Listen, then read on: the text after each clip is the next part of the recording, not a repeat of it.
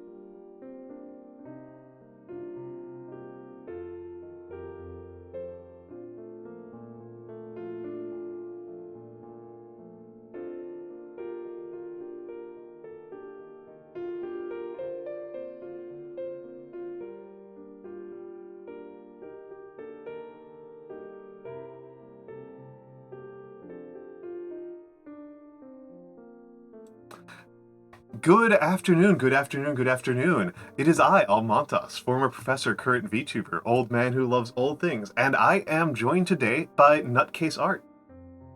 Hello. Hello, Nutcase. Hello, Nutcase. And please, chat, let us know if the audio levels are good. According to the instruments, they're good, but as I think everybody knows, flying by instruments is a dangerous task. But yes, Nutcase, thank you for joining me. Thank you for joining me. Thank you for having me. Yes. So, we'll do it again because it's always fun to do. But would you care to introduce yourself, Nutcase? Sure. My name's Nutcase. I go by Nutcase. Nut or Case is also fine. But my handle everywhere is NutCaseArt, so it's pretty easy to find. I'm a full-time freelance artist who also streams here on Twitch under that same username. I mostly stream art, but I do stream games and other sundry things, whatever comes across my desk, basically. Yeah. And we were actually just talking about this because I always find this kind of interesting. That different people come into this sphere through different means. And you said you've been streaming for like 13 years, like 12 or 13 years. Yeah, I would say it'll be 13 probably next year. Oh my goodness. But yeah. Oh my goodness. People think I'm crazy for being vegan for that long, and that one doesn't even require me to do anything. That's just I just don't do. I just do nothing. And people are impressed by that one. So that's really impressive to me, especially because like the tools for doing it, as you mentioned, were like nothing when you were starting. Yeah, when you started streaming, it was like very nothing. much changed. Yeah. Very much changed, and like you were like streaming over TeamSpeak. It was fascinating. Yep. And I think it was called join.me was actually the app name, and they may even still have that around, but it definitely doesn't look the same way it did before. I mean, the internet in general has changed a lot. And like what qualifies as like good web design, and like what qualifies as like the ways that people want you to engage with websites have changed considerably over time. Very much. And it's damn. I don't know. I'm just thinking about the fact that like that's so long because I've only been doing this for like less than 2 years, and and you mostly draw. You're an illustrator. I saw some of your streams where you're learning how to draw left-handed. Well, it's more practicing. I've been like I fiddle with my left hand every once in a while just to like do it because I'm semi-ambidextrous. I do a lot of stuff where my dominant hand is actually my left hand, but yeah, during surgery recovery, I've been like dedicating practice time to it specifically. Which is, I think, sensible. I think it's a very sensible thing to be doing. I would go stir crazy if I didn't do anything while I was just waiting for my hand to get better. So. Oh, that's fair. And this is always a fun one to me because you've seen I do calligraphy, and you've seen that, and like that does involve a certain amount of like dexterity and hand skill. Yes, but very much so. The thing I think about when I talk with people about art, because every once in a while somebody's like, "Oh, you should learn how to draw," and like I cannot lie, it would save me some money as a VTuber if I could draw.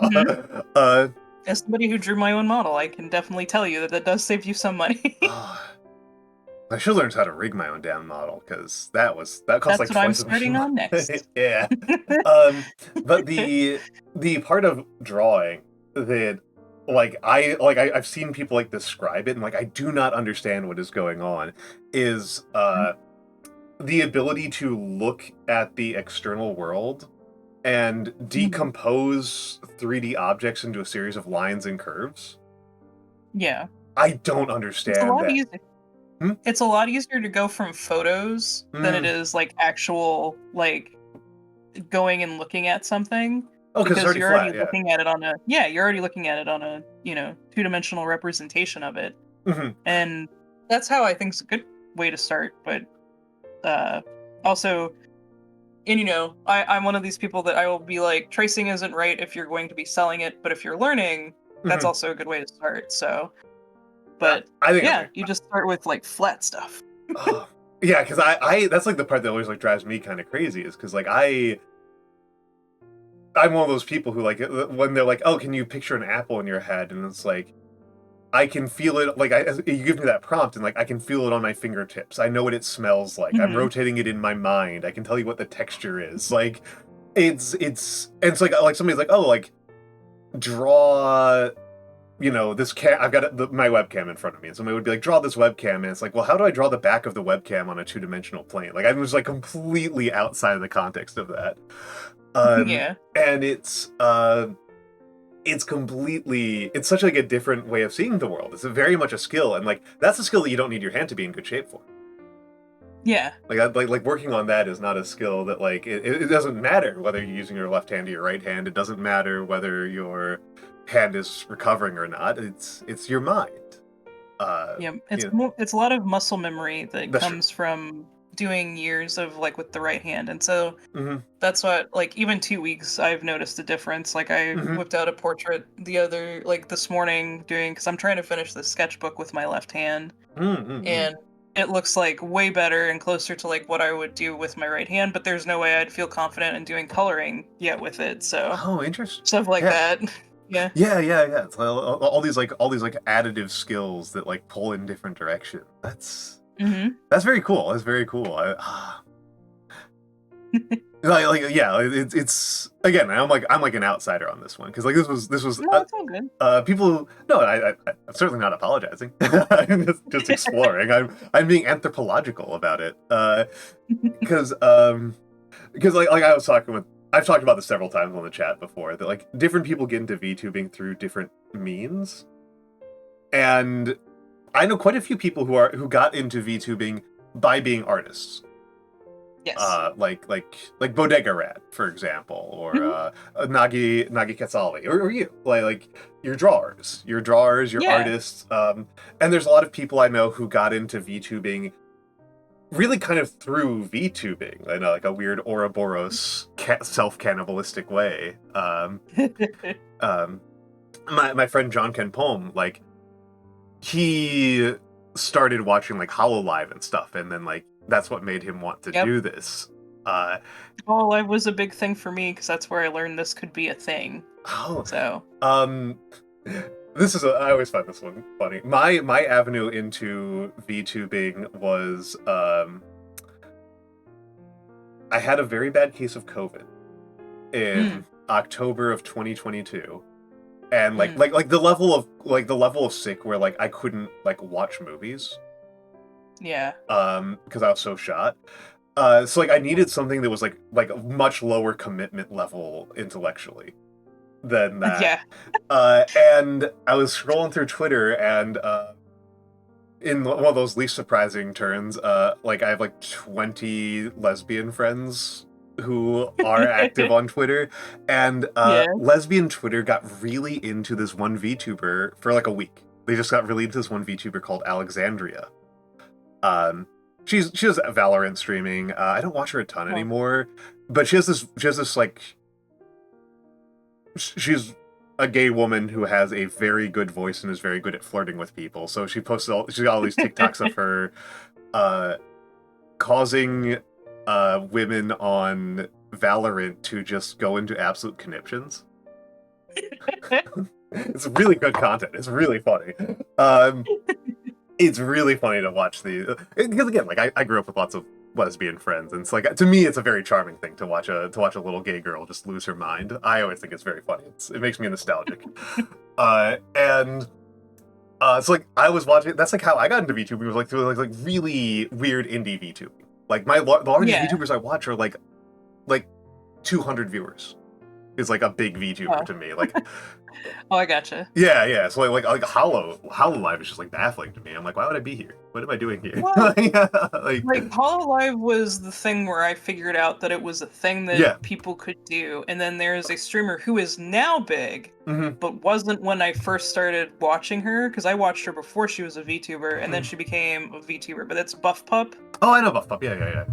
Yeah. So like I followed her like way back in the day. I've actually met her at conventions before COVID and everything like that, because same kind of conventions and whatnot. Yeah. So like I met her when she was doing art for those and stuff like that, and then she started VTubing too, and I was like, oh, this is something that somebody other than a corporates can do. Mm. So, yeah. I'm trying to Because I remember. thought for the longest time that's just how you had to do it, was Yeah. like join a corporation. Well, and I had like a slightly similar moment, like where like I was Mhm. watching VTubers and I was like, what does this have to do with me? And then I found a VTuber who was like at least somewhat similar to me. And I was like, oh, maybe I could do this. And for me, that was Cleo IT. Okay. Who she is a former history professor. Oh, okay. She was actually still a professor when she when I was first watching her, but her faculty line got closed down, so she's only a streamer now. Yeah. History departments are not doing well. Oh, gotcha. They are. I can talk about it at length, but it's a simple way to put it is that for the subfield of modern history, in 2023 there were 2 openings in the US.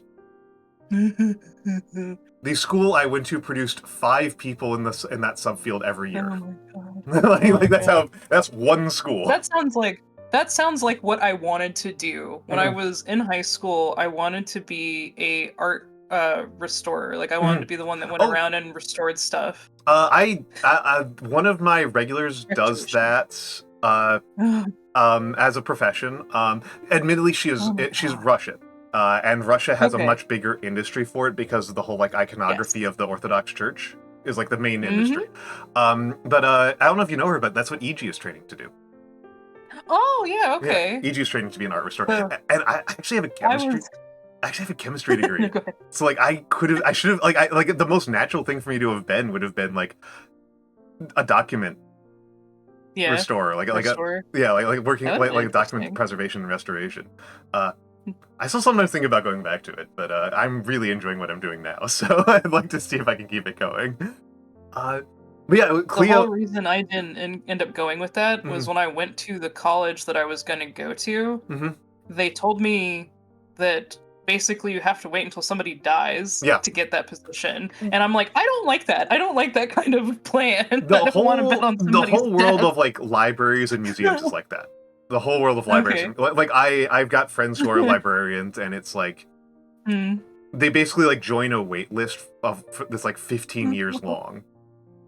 And it's especially bad because librarians are especially bad for it because librarians have like the second worst retirement rate out of all professions after nuclear engineers, and for some reason nuclear engineers just work into their 90s. I don't know what the deal is with that, but like librarians just like work until they die. Like they just like they die at their desks. Nocturnal Muse is a former nuke. Yep. Muse is one of my mods. So. I actually worked with some nuclear engineers at one point, a long time ago. I have not done something very important yet. So let me say my hellos to the chat. Hello Seribot. Hello me. Hello Blosfazar, and thank you Blosfazar for the Prime. Hello Nocturnal Muse, and welcome in. I hope you enjoy. I try to keep it nice and cozy here. Hello Nutcase. That's Nocturnal Muse again. Hello Miluku Moon VT. Welcome in. It's always good to see you. Hello Tohu. I believe Tohu might have actually worked nuclear as well at one point through the military. Hello Emperor's Armpits. Always good to see you. Hello Grim Glassman. Hello Spirit Shackle. Hello Vexing Cats. Hello, of course, to all of the lurkers. Hello to the VOD watchers. And a special hello to the Nando AoE. I know that you're going to watch this VOD because you want to do Brandon Sanderson stuff. Alpine! Oh my goodness. Okay, while I was doing my hellos to chat, we get the raids. Hello Raiders. Welcome in, Alpine. I am Almantas, former professor, current VTuber. I would ask what you were doing, Alpine, but I know what you were doing. You were playing a murder mystery game, and I was making fun of you in your chat. I'm hoping that your lists were good. Hello, Gray Nothing. Welcome in. I'm hoping that you're having. I hope that you were having a good time, Alpine. It did seem like it was a kind of tough game, from the looks of it. It did seem like it was kind of a tough one. Hello, Kuromaru Oni-san. And hello, Mog. Hello again, Mog. Good to see you again.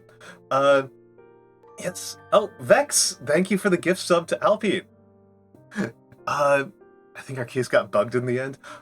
I can believe that. I can believe that. It did look like a very indie game. It was pretty cute. Alpine is a friend. Alpine is a friend. Alpine is quite cool. He is the jock streamer. And his jock cred would be better if it wasn't for the fact that he's played probably 5,000-10,000 hours of Pokemon. Well, I mean, if it's Pokemon Go, like... It's all Pokemon. Alpine loves Pokemon. I mean, I love Pokemon too, so the other Al loves the Pokemons.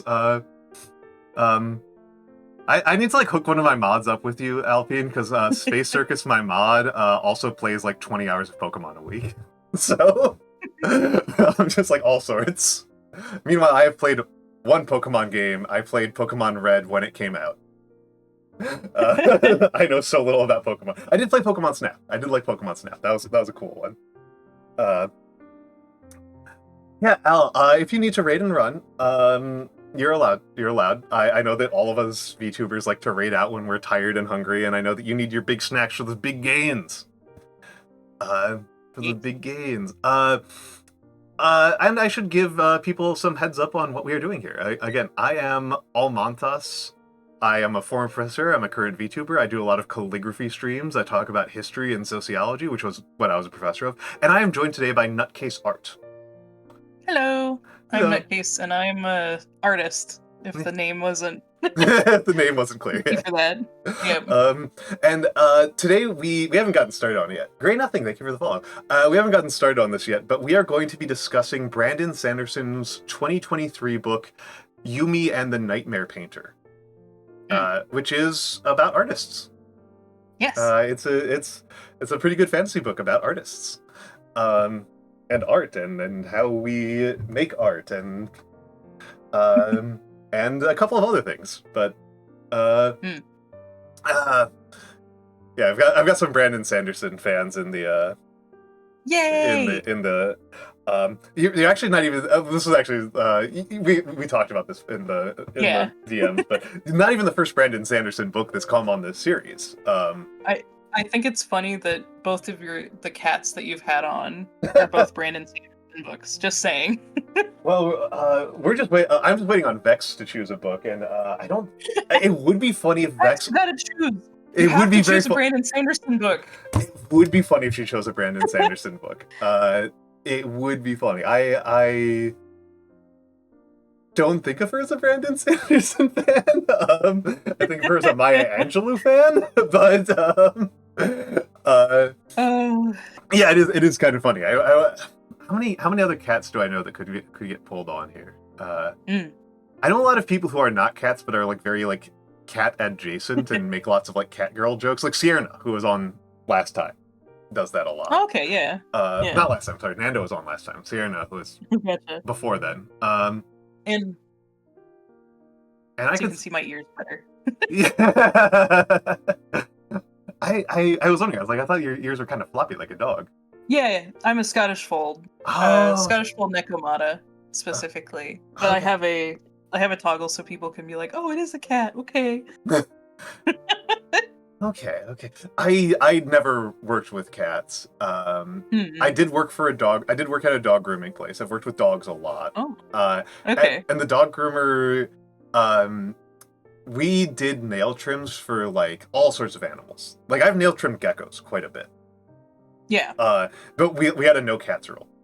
The groomer just fucking hated cats so much. I mean, they're not good to trim nails, and you can get them scratch boards, and they can just handle their own nails, but people don't like to do that. I have worked with dogs, Blassadar. I did not get a paycheck from a dog. Worked for a dog. I am not currently a visual artist. I suppose that if I open up comms for calligraphy and a dog VTuber calms me, I guess then I will have worked for a dog at some point. You need to get Merryweather over to you for that, then. What was that? I said we'll just need to get Merryweather over to you if you open for something like that. I'll probably open for it sooner rather than later. I tend to try to focus on like one thing at a time. I try to. No, that makes sense. I should be clear here. Yeah. I have horrible ADHD. I try to focus on one thing at a time, and that is I'm not good at focusing on one thing at a time. I should focus on getting through subathon and not worrying about anything else. But I'm very bad at thinking like that. And I'll probably open up comms on calligraphy either not long after subathon or after I do some more training, because I don't know. I feel like I should be doing better calligraphy than I do. I think my calligraphy is fine, but to sell it, I don't know. You could start with just like low amount, like you know, just to get more practice, and then you also get practice getting feedback and like requests and like how you want to deal with that. That's fair. I mean, so the person I had on last week is doing something that I tell writers not to do all the time. I'm an editor, by the way, just for clarity here. I know a lot about writing at this point in my life. A lot of folks I know really try to they're like, oh, I really like books. I really like these big fantasy epics like Sanderson. So I'm going to try my hand at writing something, and it's going to be like 300,000 words long. And I'm like, no, please, no, please try to get something published that's in the range of like 4 to 10 pages. Like, because there are things that you will learn about how you write and how you receive criticism from editors, which is very important to know about yourself, and how you deal with revisions that you will never learn by just writing for 300,000 words. Yep. There are things you will learn from the process of taking a written work from a Word document that you think is complete to actually published. There are things you'll learn from that part of the process that you will never learn from just writing more words. Yes. So I do take that. That's actually a good point. That like maybe I should like make a bit redeem or something for doing some calligraphy. Yeah, that's actually would be a great thing to do. Make a bit redeem in that way. Like it doesn't feel as high pressure that way. Yeah, because like I look at like the master calligraphers and I'm like, oh my god, like, is this something that you drawers feel where it's just like, oh, there's no way I can charge money for this. Yeah, like you definitely get to that point where you feel like you have to, like you need to like, you know, obviously for me, since it's my full-time job, like I have to. But there are some times that because usually when I give quotes for commissions, I'm like, is this okay? And it's usually left up to like if somebody wants to try it and haggle, I don't encourage it. But like if somebody's like, well, can you explain to me why this is this much or whatever, like I'll break down for them, and if they're like, okay, well, can we, knock this off since this is the thing that I feel like is, but yeah, I've learned that about how I do my pricing is like I don't mind doing that, and if people want that, they can ask for like the price breakdown. But there's definitely a point where you look at other people's stuff and you start comparing yourself to them, and it's like, well, I'm never going to be that person. So if I'm going to do this, I need to just do it. So that's how I've done it, at least. I mean, that makes sense to me. I mean, the pricing in this kind of whole world is kind of crazy to me because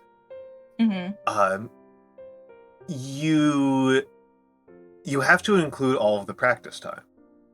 Oh yeah. Eventually, like, because like the normal mindset I have about how much you charge for something is you charge $20-$30 per hour of work. Right? Like for something that's like for something that's skilled, you try to charge $20-$30 per hour of work. And then you just figure out how long it takes you to make the thing. But I remember this particular story from the world of Japanese calligraphy, where a guy gets commissioned, and his commissioner comes back a month later and is like, "Hey, where's this thing I wanted?" And the guy goes, "Okay, hold on a second," and he pulls out a piece of paper and he writes it and he gives it to the guy, and the guy's like, "Why did it take you a month?" And the guy goes, "Oh, check this out." And he opens up a drawer, and it's just full of hundreds of practice sheets. of what he just Yeah. did, like hundreds and hundreds of practice sheets. Yeah. And like, how do you account for that, right? Like how do you do the math? How do you math that out?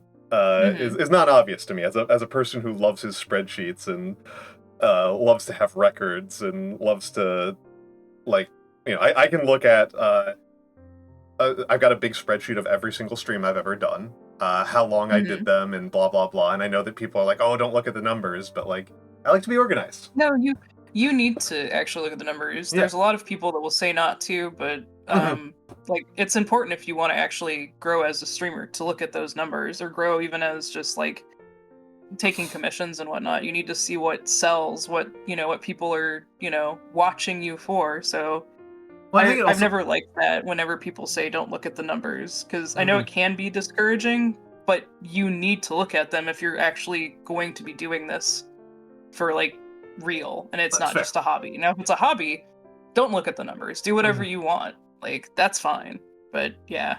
Well, I think I partially take it from a bit of there's a bit of a business press element to this. Like a bit, this like one of those pieces of advice that I know from people who have actually made money on stocks is take your money, dump it into whatever fund, and do not look at it for like 6 months. Yep. Like just because the people who like really lose their money in the stock market are the people who are day trading. Those guys are like all of them. Don't believe the people who think that, who tell you like you can do that. No, it's 99% of them lose money. Are just losing money constantly, and it's like one of the worst. It's like slot machines level bad. Like, it's bad. A lot more dangerous than slot machines. Yeah, well, I mean, certainly the amount of money you can theoretically lose is much higher. Like, the theoretical losses are way higher. But like, it's a terrible strategy to like try to micromanage it. I think is the big thing. Is like, I do write down the numbers as I get them. Like, usually about every week, I do like a big poll from Twitch and like write them all down and put them in the spreadsheet. But like, I try not to think about them every single day. No, that because, like, it's like that I feel like is fine, but like realistically looking at them is still smart. Yeah. So just smooth it out and like. I mean, I've noticed things, right? Like people watch me a lot more on weekdays and weeknights. Oh yeah, ads are worthless. Ads are freaking worthless. Yeah. The thing that sometimes I see people confused about. Ads are worthless. Like, they're so worthless. Like, I have already made more money from subs this stream than I make from like a month of ads. Like, they're worthless. Like, they're nothing. Twitch ads are nothing. But yeah, so this is mostly just kind of a matter of like, this actually is kind of a thing that does come up in Yumi and the Nightmare Painter. This question, because and so it's kind of like a not bad chance for us to start pivoting towards talking about the book itself, is being accountable to the work you've done. Being accountable to like what you've accomplished and the work that you've done, and to keeping your mind on what your objectives are with your work. That is kind of interesting. I wasn't really planning on talking about that super much, but that is like that is the part of the book that is like that is framed as the inciting incident that causes everything to go off the rails. Is questions of accountability around around your productivity. Shall we go over to the live screen and sure. Let me reset the slideshow. Okay, so here we are. All right. Here we are. Oh, is Discord not gonna let me? Okay, I gotta not do a pop-out window, I think. Hang on, sorry. Oh, it's okay. I'll give you a second. And I'll let you take a look and see if you feel like you're For some reason, I'm seeing just a corner on my end, so Oh. I'll probably have to do it. Oh on no, I know the what that screen. is. That's the windowed projector being bad. I don't know if it's active now again, but oh, hello. There we go. Discord completely went berserk there. Okay. Okay. I'm still getting audio from you. I will set up the screen share again so you can see what it looks like. But Thank you. No, the OBS window projector just went berserk is what happened there. Oh, gotcha. I was trying to figure out what you were looking at. Yeah, the window projector will There it sometimes is. just do this berserk thing where it only shows the corner. Mm-mm. Actually, it's not even the window projector; it's the preview. The OBS preview screen will do that because sometimes it'll happen even when I don't have window projector on. But yes, we are going to talk about Yumi and the Nightmare Painter. I have an affiliate link pinned, so if you would like to purchase it and cause me to get slightly more Bezos money, it will not cost you extra. It will cost Bezos money. But so that helps me out quite a bit. So let's start off on this. First of all, let's introduce yourself again, Nutcase.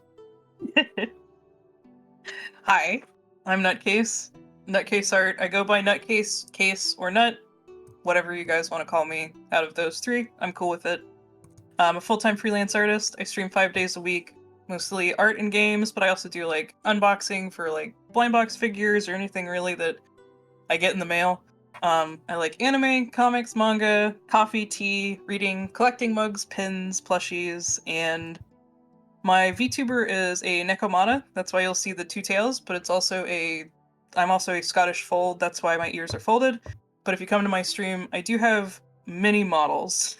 So it may not be this human form. It may be the coffee. It may be the cat, or this plushy one that's I think hidden behind. Yeah, you'll have to move yourself. You are. It's actually kind of funny. Yeah. It's like echoing you. Oh, it's actually almost going go. up a little bit. It's okay, but yeah. So and that's just 3 of them. I have a lot more. I like models as an artist, so I have a bunch. Oh, I covered you. There we go. There we go. Yeah, there we Yay. go. But yes, I love this coffee one. This coffee one's amazing. The little latte. It's one of my favorite ones. Yeah, I love it so much. That's inspired. That's inspired. I love it. But yes, and 5 days a week is quite a few. Yeah, well, this is my full-time job, so Yeah. we were talking about scheduling. Mhm. This is the only way I would have a set schedule and like work a normal like job time, and I do this while my husband goes to work. So I stream while he's at work, and that way, whenever he is home, we get to spend time together and whatnot. Yeah, that's good. That's good. That is nice. That is nice. Little idyllic streamer life right there. So we've talked about Sanderson before. Oh, whoop. That's not what I want to do. Yep. I hit space. Animancer. Yeah, the Animancer Had a nice slide. Yeah. So I'm going to do the speed run of this. Unlike many of the authors that we've done on here, he's still alive. So he's a Gen Xer. And he started publishing in 2005. That's the first time he was published. And he's published 17 novels since then, which is crazy. That is an extraordinarily high level of productivity. My favorite fantasy author is probably Matthew Stover, and I think he's published like 10 total novels over like twice that period of time. Like, very famously, oh my goodness, I always forget her name.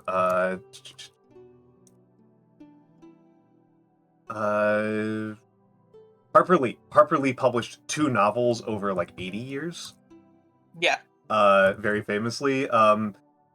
So like this is an insane rate. This is an absolutely insane rate. This guy is a machine. And and not all of them are great, but yeah, it is what it is. I mean, yeah. I'm trying to think about like where he would come. I don't think he's going to get like Asimov numbers of words published because Asimov numbers are crazy. Asimov's pretty high. There's a couple of authors who I think have gotten more published than Asimov, but it's like not very many. Like Danielle Steele, I think is beating Asimov numbers, but like it's a short list. But 17 novels in 19 years is a lot. It's a lot. The 15th one's coming out next month, and it's a chonker of a book. Yeah, I was counting that one. Yeah. Oh, you did? Okay. Yeah, it's kind of through 2024. So Or I wasn't counting. I was not 17. counting the one that's been accepted for publication for 2025. I did not count that one. Okay. So we've got 18 that he's written, but 17 17 will be published by the end of the year. And yeah, he went to Brigham Young University. He's Mormon. And we might talk about that. I don't know. It didn't seem super relevant to me, but I feel like it's kind of... I always feel like this is one of those biographical details that's kind of worth noting. Like, where are people from? What did they kind of grow up with? You know, I like thinking about these things. Like, you know, I really enjoyed, particularly when we were doing King of Elfland's Daughter, you know, that the author of it was a World War I veteran and an Irishman who fought on the British side of the Irish Civil War. That is interesting. He was a loyalist. He was a unionist. Odd thing, and I think it did affect the work. I think it had a really interesting valence on the work because he wrote the book like immediately after Irish independence. Okay. I think it did affect it because he was like an Irish. He was interesting, like a unionist and an Irish nationalist. So like he was an anti-Irish Republican, but like pro-Irish identity, but as part of the British Empire. Interesting. Like there's a lot of people who wound up with political beliefs that feel very orphaned at this point in time. And hello, Wanitured. Hello, Wanitured. Continuing to use very cursed emotes. Like, what is that? This is what he does every time. Oh, gotcha. I know that Iris would not object to that, but I don't know if Fupi would. But yeah, this is what he looks like, dressed in one of the most traditional ways for men in the for successful men of the 2020s to be dressed. Tailored jacket over t-shirt. Well, and tech guys. Tech guys do too. Fantasy. Oh yeah, I guess that's true. Yes, maybe it's just that side of the country. I think it's the generation. I think it's the generation. You think so? I think it's generational. I think it's like I think it's like I do think it's like he might be on the older end of it, but I do feel like that's like the Gen X to like old millennial thing. Like I mean, I like my t-shirts, but I don't wear blazers over my t-shirts. So I mean, I still wear hoodies. Yeah, fair enough. I mean, I'm wearing a cardigan over a t-shirt, so what do I have to say about it? You know, I just don't like blazers. Yeah.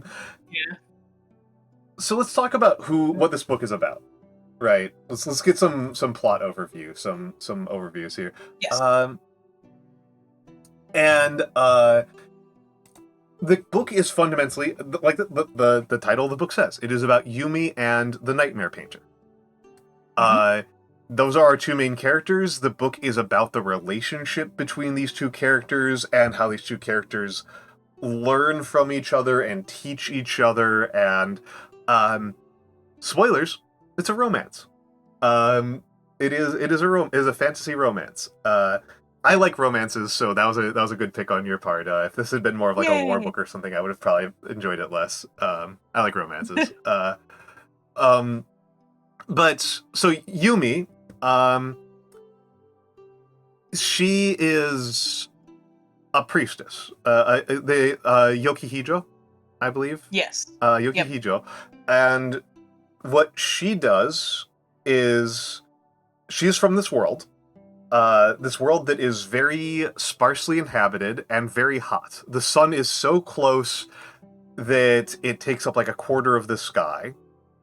And on top of that, the ground itself is like thermally active. So your feet get scalded if you touch the ground with your bare feet. People wear 6-inch clogs to avoid touching the ground. And human life is only really possible because spirits, if you bargain with them, will allow your buildings and farms to levitate. Yes, they become items that you will then attach to them to make them levitate. Yep. And that's just fundamentally necessary to just running basic agriculture and housing. And it's hot all the damn time. It sounds miserable to me. I hate being hot. I think New York City is too hot. And don't live in the South. Oh my goodness, no, I could not. I absolutely could not. had a friend who's moving to Georgia over for dinner yesterday, and I'm just like, I can barely handle New York. If I could move somewhere colder, I would. And the options for cities that are colder and have decent public transit is like Stockholm and Harbin. It's a very short list. Like I go to DC sometimes, and I'm like, how is anybody alive here? Like how does anybody alive here?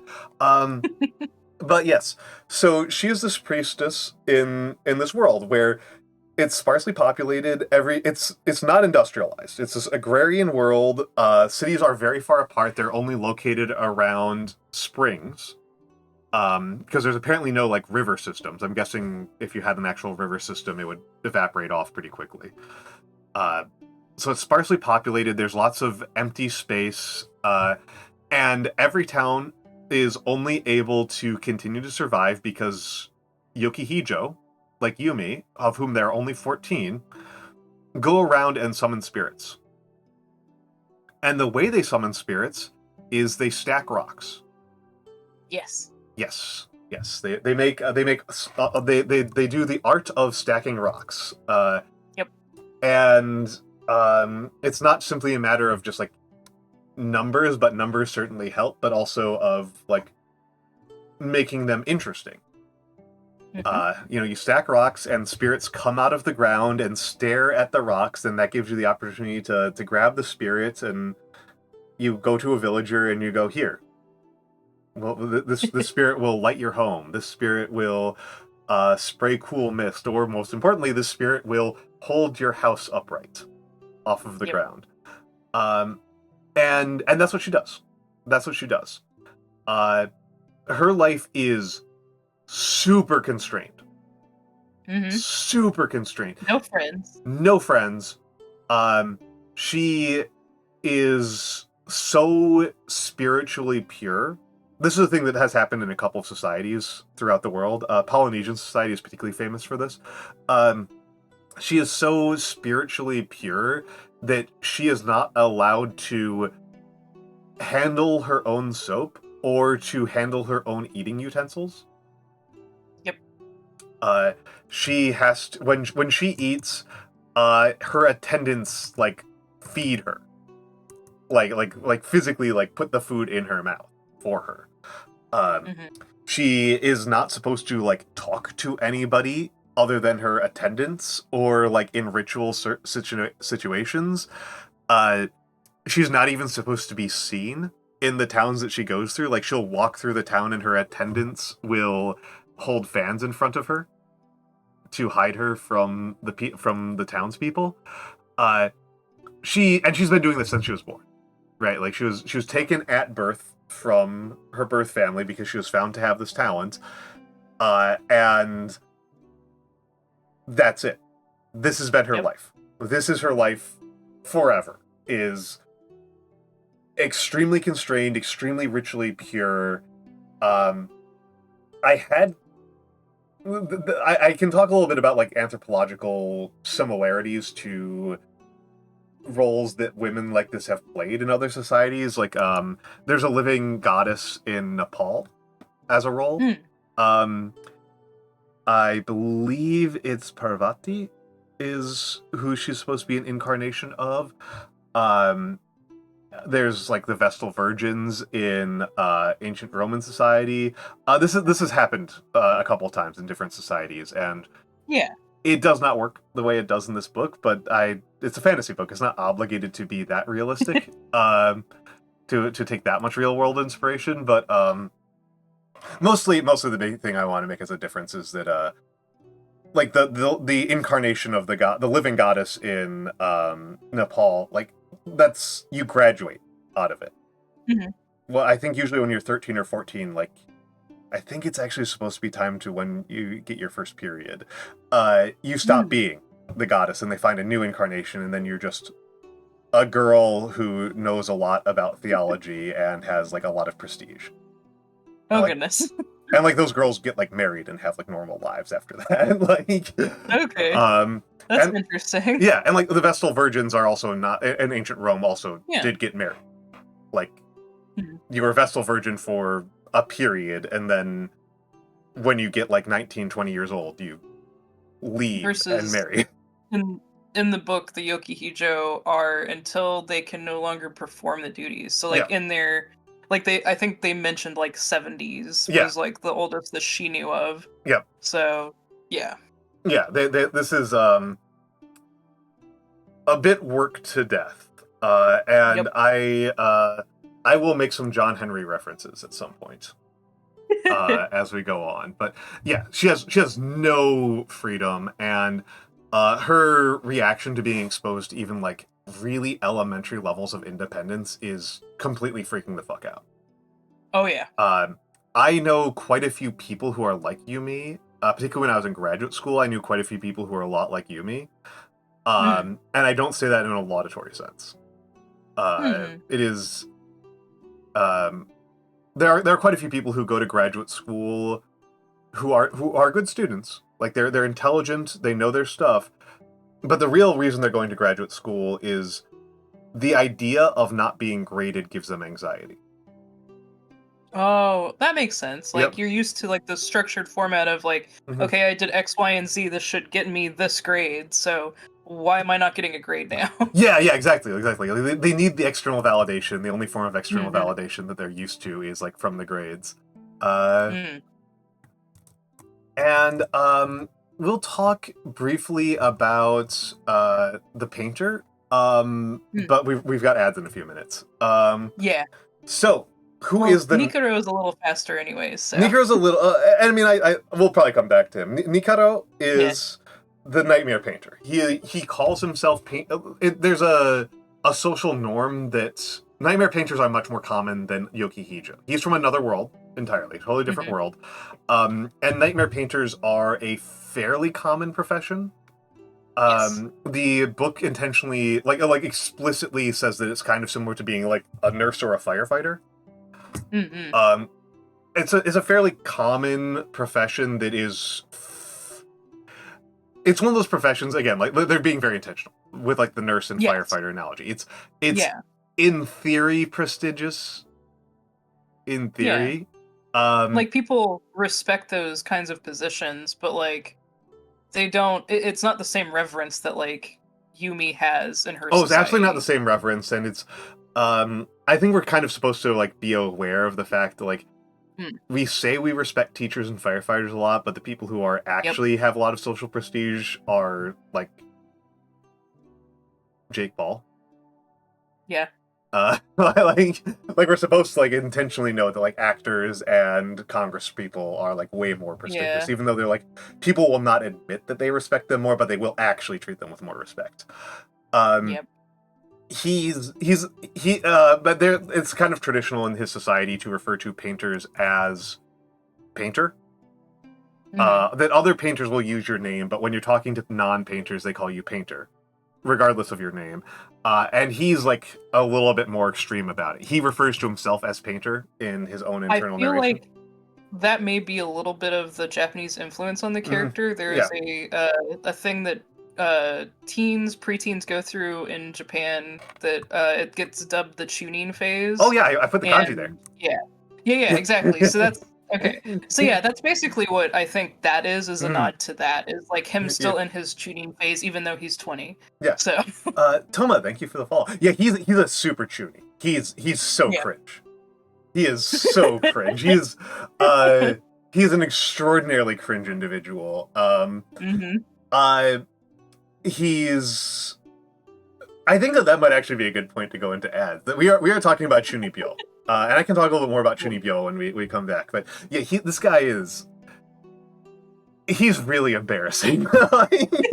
He really is. All right. I'm going to put up the fan art gallery and we'll run ads. We'll be back in like 3 to 5 minutes. My favorite topic ever, the Chunies. The Chunies, Alfie. Heck yeah. All right, we'll be back in a moment.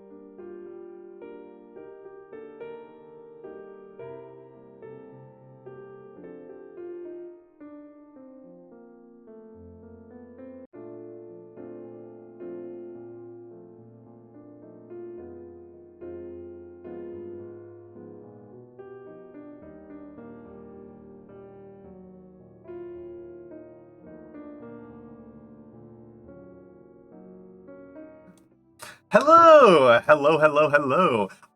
We're back. Alpine, if you love Chunies, this fucking guy. And also I see Mura is here. Hello, Mura. Mura, if you Mura dislikes a lot of male characters on a default level. If you dislike Natsuki Subaru, this character might be the character you hate the most out of all of fiction. You hate Subaru? Yeah. She absolutely hates Subaru. This was actually a really interesting discussion that we had last week. Japanese fans tend to dislike Natsuki Subaru in general, which I find really interesting because I think Subaru is a very well written character. I do too.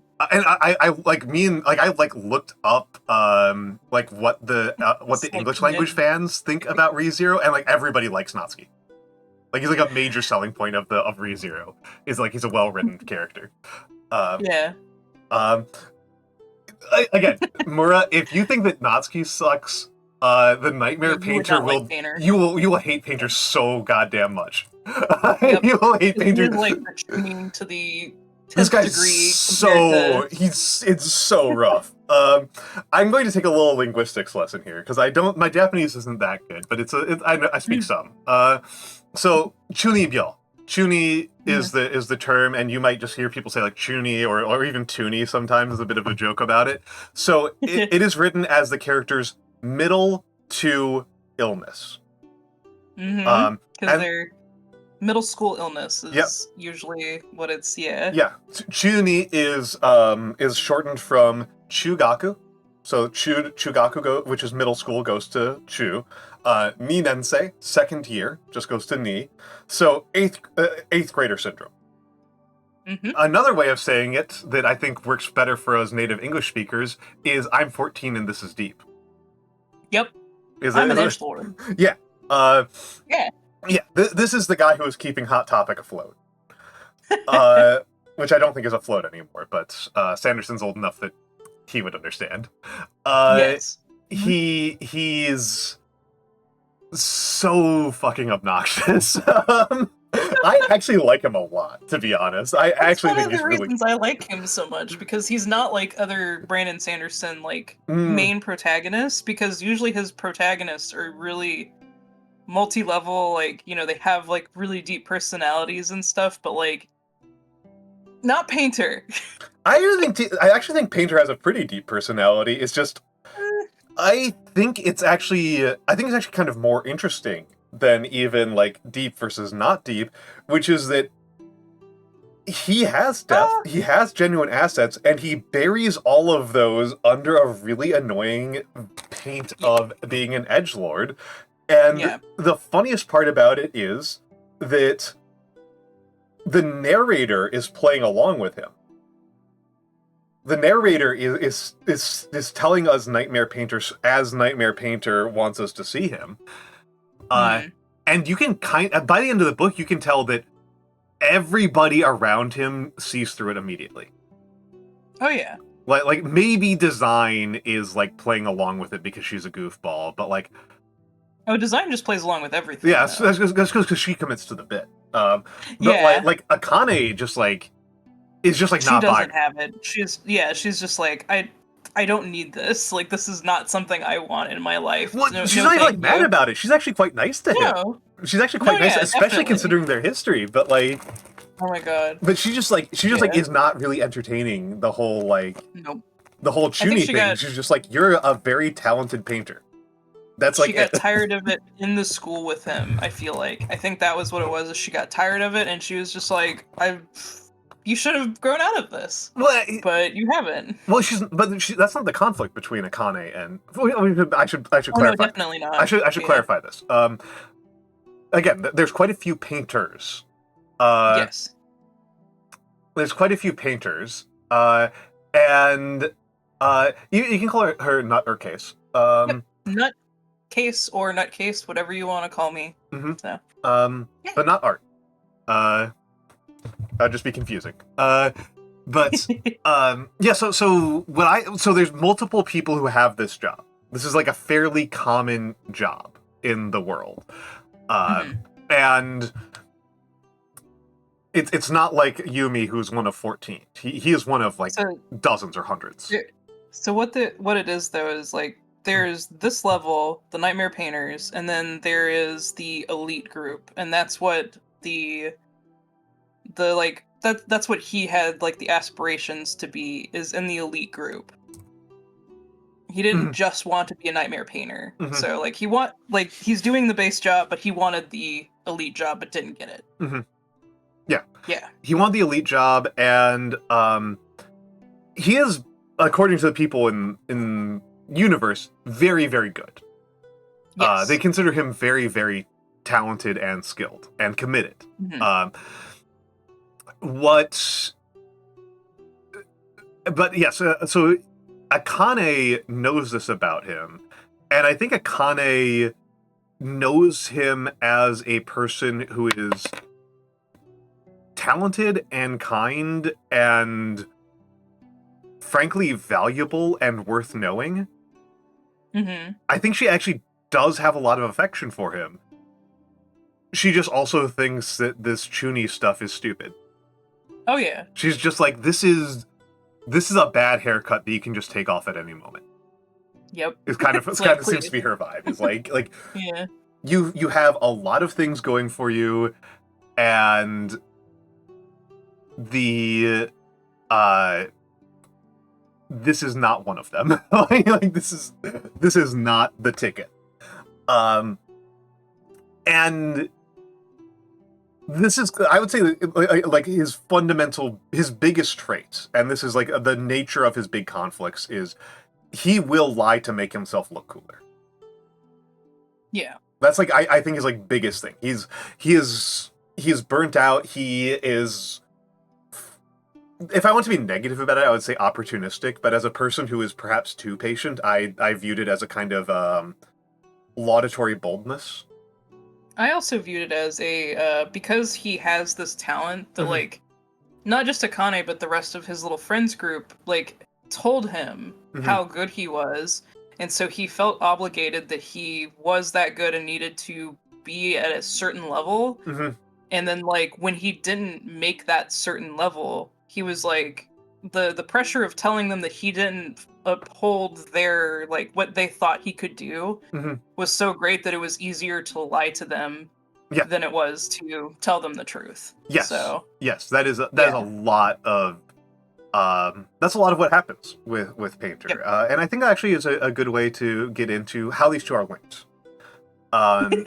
Freaky Friday, I didn't even notice that when you were showing me the slides. Sorry. Yeah. They Freaky Friday. That is how the plot.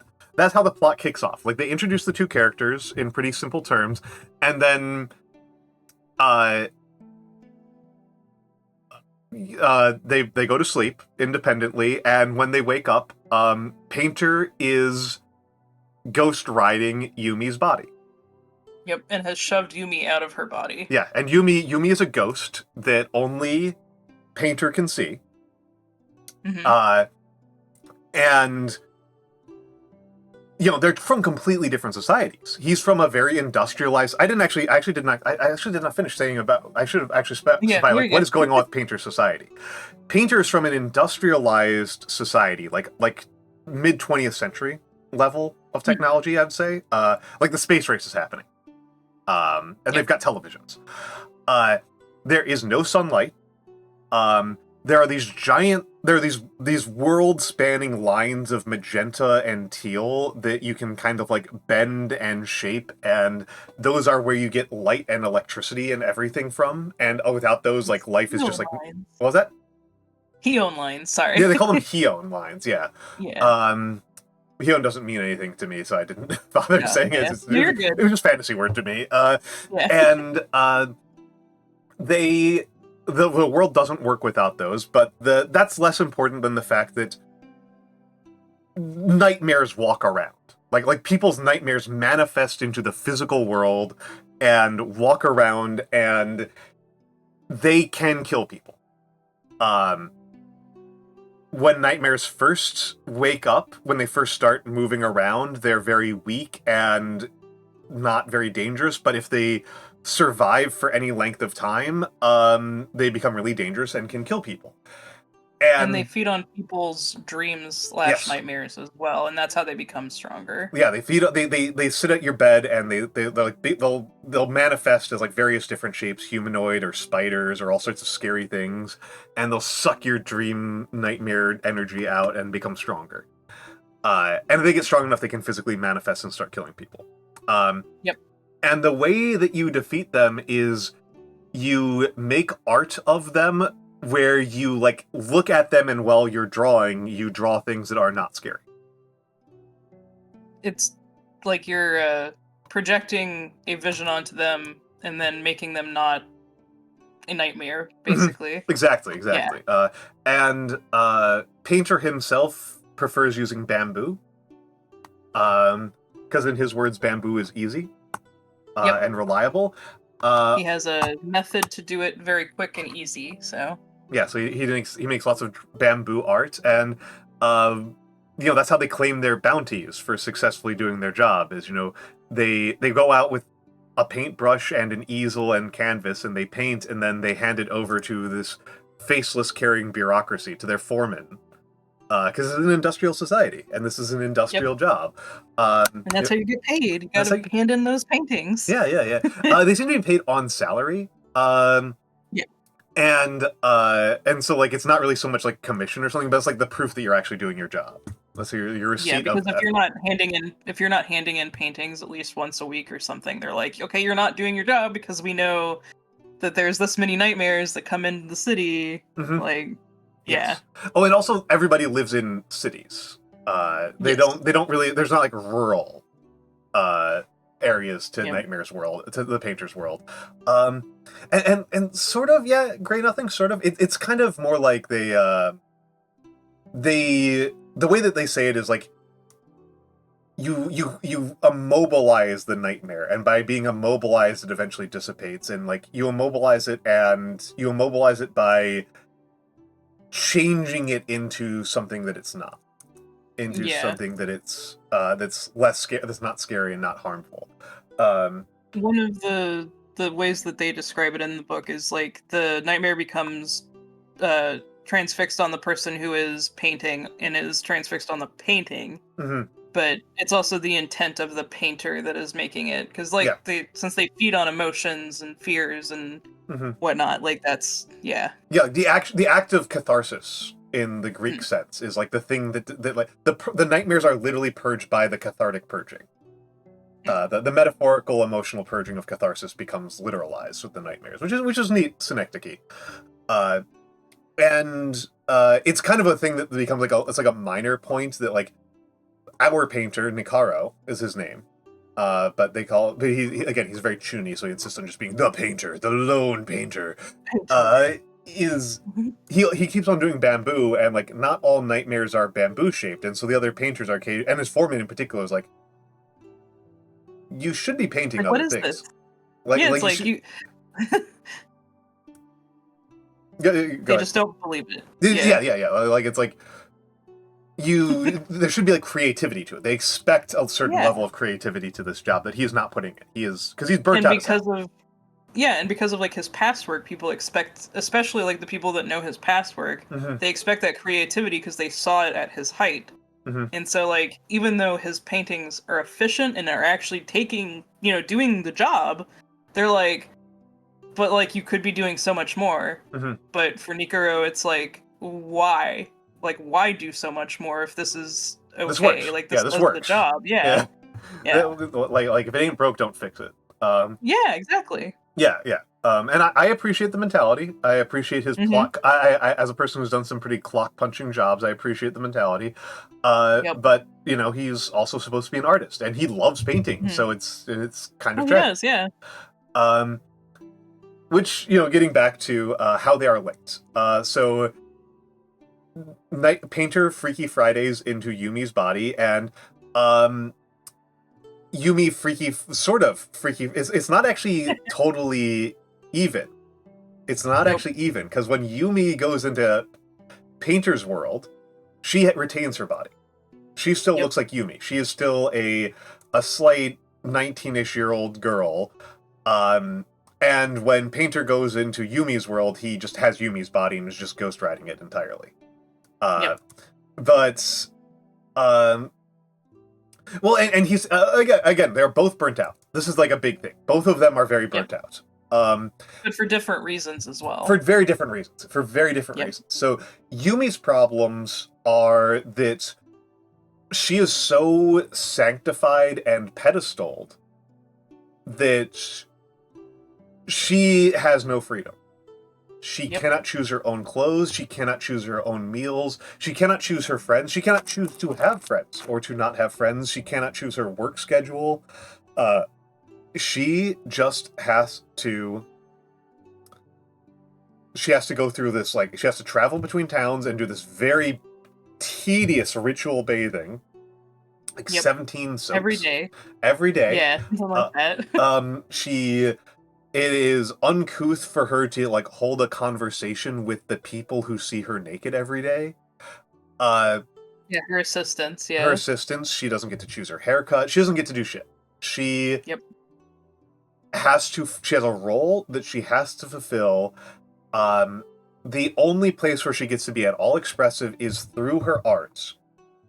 But also, like, she is expected to perform her art at a very specific level. And an initial conflict, and it's actually kind of the inciting incident of the whole thing, is that she does her job too good. Yep, and she makes herself too tired. Mm-hmm. Yeah, she overshoots very badly on her performance. And it causes social problems, and it causes her to get burnt out and exhausted. And that's when Nikaro, Painter, comes into her body, and he doesn't know how to stack rocks. Yep. So he's really bad. So everybody's like, oh no, what's happened to our Yokihijo? Yeah, our priestess that we literally need to sustain life cannot do her job anymore. Yep. She worked too hard for one village, and now she can't work for any other village. Like, does that mean that she favors this one village over everybody else? Does that mean that she, like, can, like, a Yokihijo just, like, lose her powers spontaneously? Et cetera, et cetera. Yeah. And, again, one of those things that I always thought was really remarkable, and it reminds me quite a few people that I know in real life, and particularly younger people. It's something I definitely see in generational elements of. She can't handle freedom. Yeah. She cannot handle self-direction at all. Nope. And, you know, this is... I actually have a very good friend who knows that I stream. I have very few people in real life who know that I stream. This one friend of mine would be very good, except for the part where you need to keep your own schedule. He absolutely cannot do it. There's no way he could do it. If he was in a corpo, maybe he'd be very good at this, because he's got, like, the best Yap engine I've ever seen on any person. But he can't keep the schedule. And Yumi cannot handle self-direction. Yep. Because she's never done it. She didn't even have self-direction, like, playing with toys as a little kid. Yep. And I forgot if I didn't say hello. Hello, Fran. Hello, Fran. It's good to see you. Fran does some very good art as well. Did a wonderful little fan art of me as an old man, as like a teacher. It's very cute. So that's how Nikaro is unable to meet Yumi's problems, and there's an AI art arc to it that I know you wanted to talk about.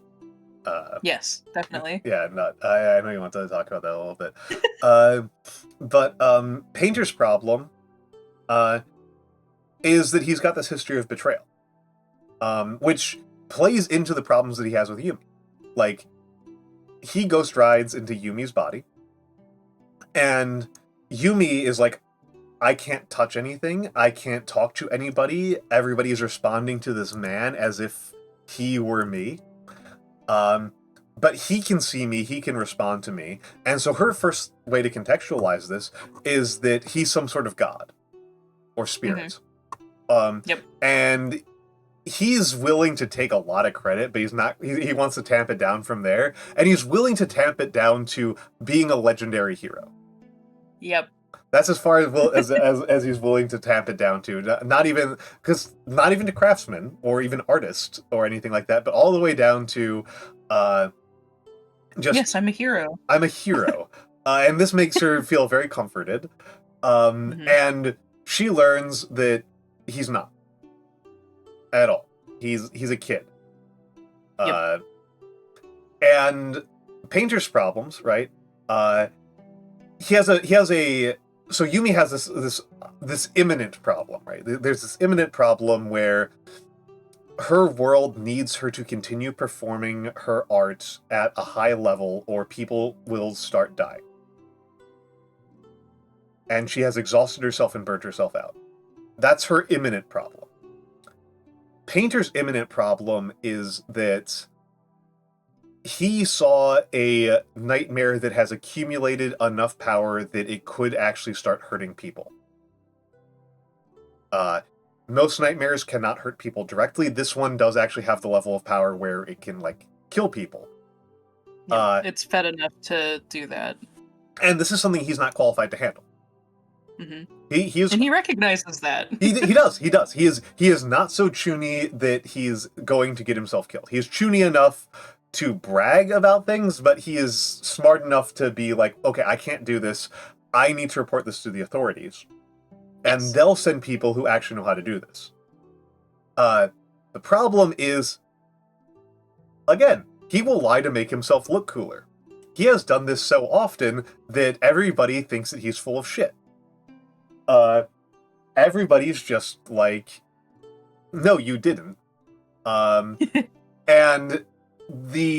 for both of them, the Freaky Friday thing compounds the problem. Compounds their imminent problem. Painter can't stack rocks, so like he goes into Yumi's body and they go to try to stack rocks, and he fails at it miserably, and everybody gets freaked the hell out. Painter has this history of lying to people, but Yumi doesn't actually inhabit his body. Yumi inhabits her own body in his world, and so Yumi is like going up to his boss and being like, "Hi, I'm Nikaro's little sister, and he has this message that he needs to relay to you. No, he won't be showing up to work. I can't tell you why." Yep. But he needs you to know that there's this nightmare. Yeah, he needs you to know this. And the fact that, like, the best explanation that she can come up with is like, oh no, he's going off to do it on his own, only makes it worse, because that's such a stupid lie. Like, her one attempt at lying makes the problem even worse, because it plays even worse into the kinds of lies that Painter has told and have gotten him in trouble before. Yep. And she also doesn't like having to lie. Like, that is the whole thing. Yeah, during the story is, like, every time she has to lie, she has some kind of moral, like, tug of war in herself that she has to lie. Mm-hmm. And this little picture is the first time that they're in Yumi's world after Yumi has figured out that Painter is not a great hero. Yep. Yumi is... I remember the specific line that occurs right after it, which is Yumi was a special kind of stubborn. Oh, yeah. Yumi is very stubborn. She's very rigid in general as a person. And which makes sense, right? Because her whole life has been incredibly rigid. And so, again, her problems are that when she doesn't have rigidity in her life, she starts to fall apart. Which, as a person with very bad ADHD, I kind of get it. I kind of get it. I'm not nearly as bad as her, and I know a lot of people who are as bad as her, so I know that it could be a lot worse, but I know that I thrive under certain types of pressure. And, again, they're both kind of burnt out, and this is kind of their problems, and they kind of need to solve each other's problems. Yep. And so, again, they've got these imminent problems that are the plot. You know, the not getting enough spirits, and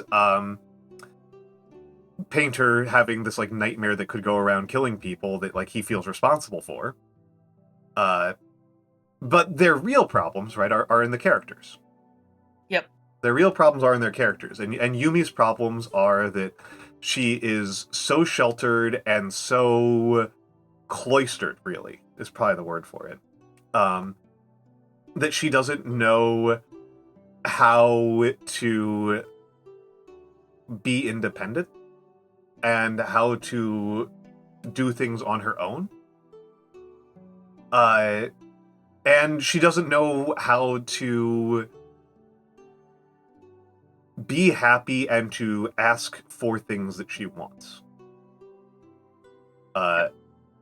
I actually thought it was a pretty climactic moment is when Akane, one of Painter's old friends, takes Yumi on a shopping trip to buy clothes. Oh, I love that scene. It's lovely. It's lovely. Yeah. I could have grabbed the art from that one. That one's really good. Yep. Like, she has, like, a full-bore panic attack, like, 3 times over. Yep. Like, she freaks the fuck out. She loses her mind. She does not know what to do with herself. She does not know what to do with herself, and I am actually kind of amused that Sanderson, I would not have had the wherewithal to not use the phrase "a hoe never gets cold," because Yumi definitely thinks it a lot. Yumi is definitely thinking about that phrase. Yeah, every time she sees Akane. Yeah. That's like a funny thing about this is that Yumi comes from this, like,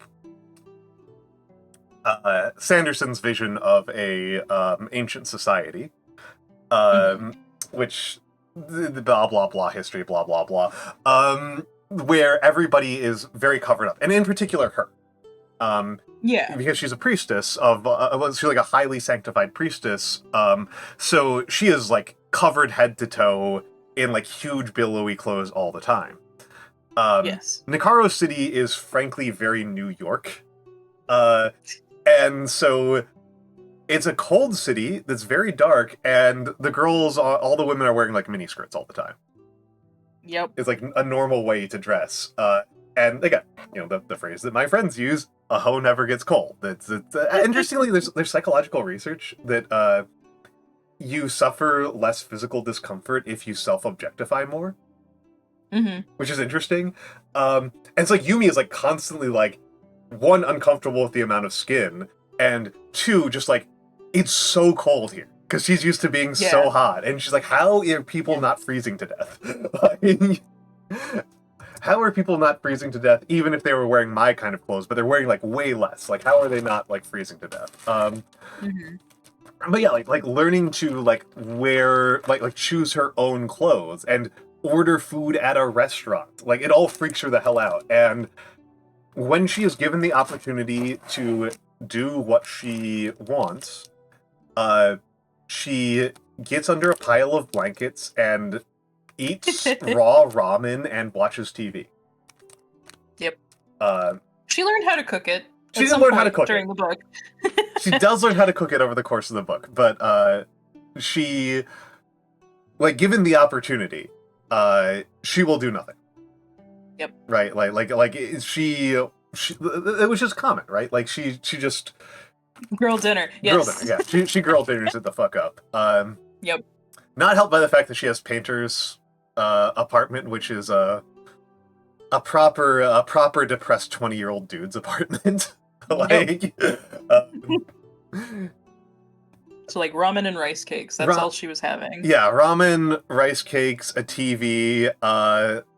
He's got laundry chair. His bed's such a mess that she sleeps on the floor. Oh no, so he has a futon. Yeah. And she doesn't recognize it as a bed because she's not used to a bed, so she just chooses the floor. Yeah. Yeah. Oh man. Yeah, he's a bit of a mess. Yep. Big mess, not a bit. Yeah. Well, I guess I'm, like, I guess I'm old enough that it's just, like, this is, like, the kind of messiness that I expect from, like, a 20-year-old who, like, didn't get into his dream school. Yeah, and is, like, kind of depressed about it. Like, this is, like, the only thing that's kind of missing is that he's not smoking weed. Like, that's like that can tie back to the Sanderson thing. Yeah, it gets back to the Sanderson thing. Yeah, it was like yep. Yeah, like, if it was a if somebody wasn't Mormon and they were writing this, they probably would have him be either an alcoholic or a pot smoker. I feel like. Yeah. There would have been some forms of hedonism in his apartment other than a TV and bad food. Yep. Depending on how daring the author would be, it would be either weed was the one that makes the most emotional resonance to me. Alcohol makes a lot of sense. If somebody was really daring, it would be porn. Yeah, I can see that. Yeah, but like, I'm hoping that nobody's feeling too called out here by me describing a male character as a burnout who lives in his own filth and indulges in his base hedonism instead of It's okay, confronting his 'cause problems. we still love Painter, just like We- we still love you. It's just, I do actually you know, love Painter a these are lot. things. I, Yeah. I actually do love Painter a lot. I do too, honestly. Yeah. And so his big problem, right, is that he has developed a reputation as a liar. We've mentioned Akane a few times because Akane is one of his real life friends. And Akane he has hurt Akane really fucking badly. Mm-hmm. He hurt Akane and all of his other friends really fucking badly. And they don't hate him, but they don't trust him. And they don't trust him because he just keeps doubling down. Yep. It's actually not super hard for him to deal with his fundamental problem, which is that he has socially isolated himself through lying to his friends. He's very, very talented as a painter, and he goes to the painter school, which is more like a certification, it seems, than like a college. I guess it's like more like an associate's degree. It's like 2 to 3 years, but it seems pretty college-like other than that. And he goes to the school for becoming a painter, or I guess actually nursing school, actually. It's probably pretty close to nursing school. And he expects to get into the super elite, right? He expects to get to the end of the program and take a test and pass with flying colors and get promoted all the way to the top ranks. And like all of his friends around him think that he's going to as well because they believe that his skill is so good. And that I'm gonna take it at face value that he does have the kind of skill that would allow him to be the best of the best. And he doesn't pass the test.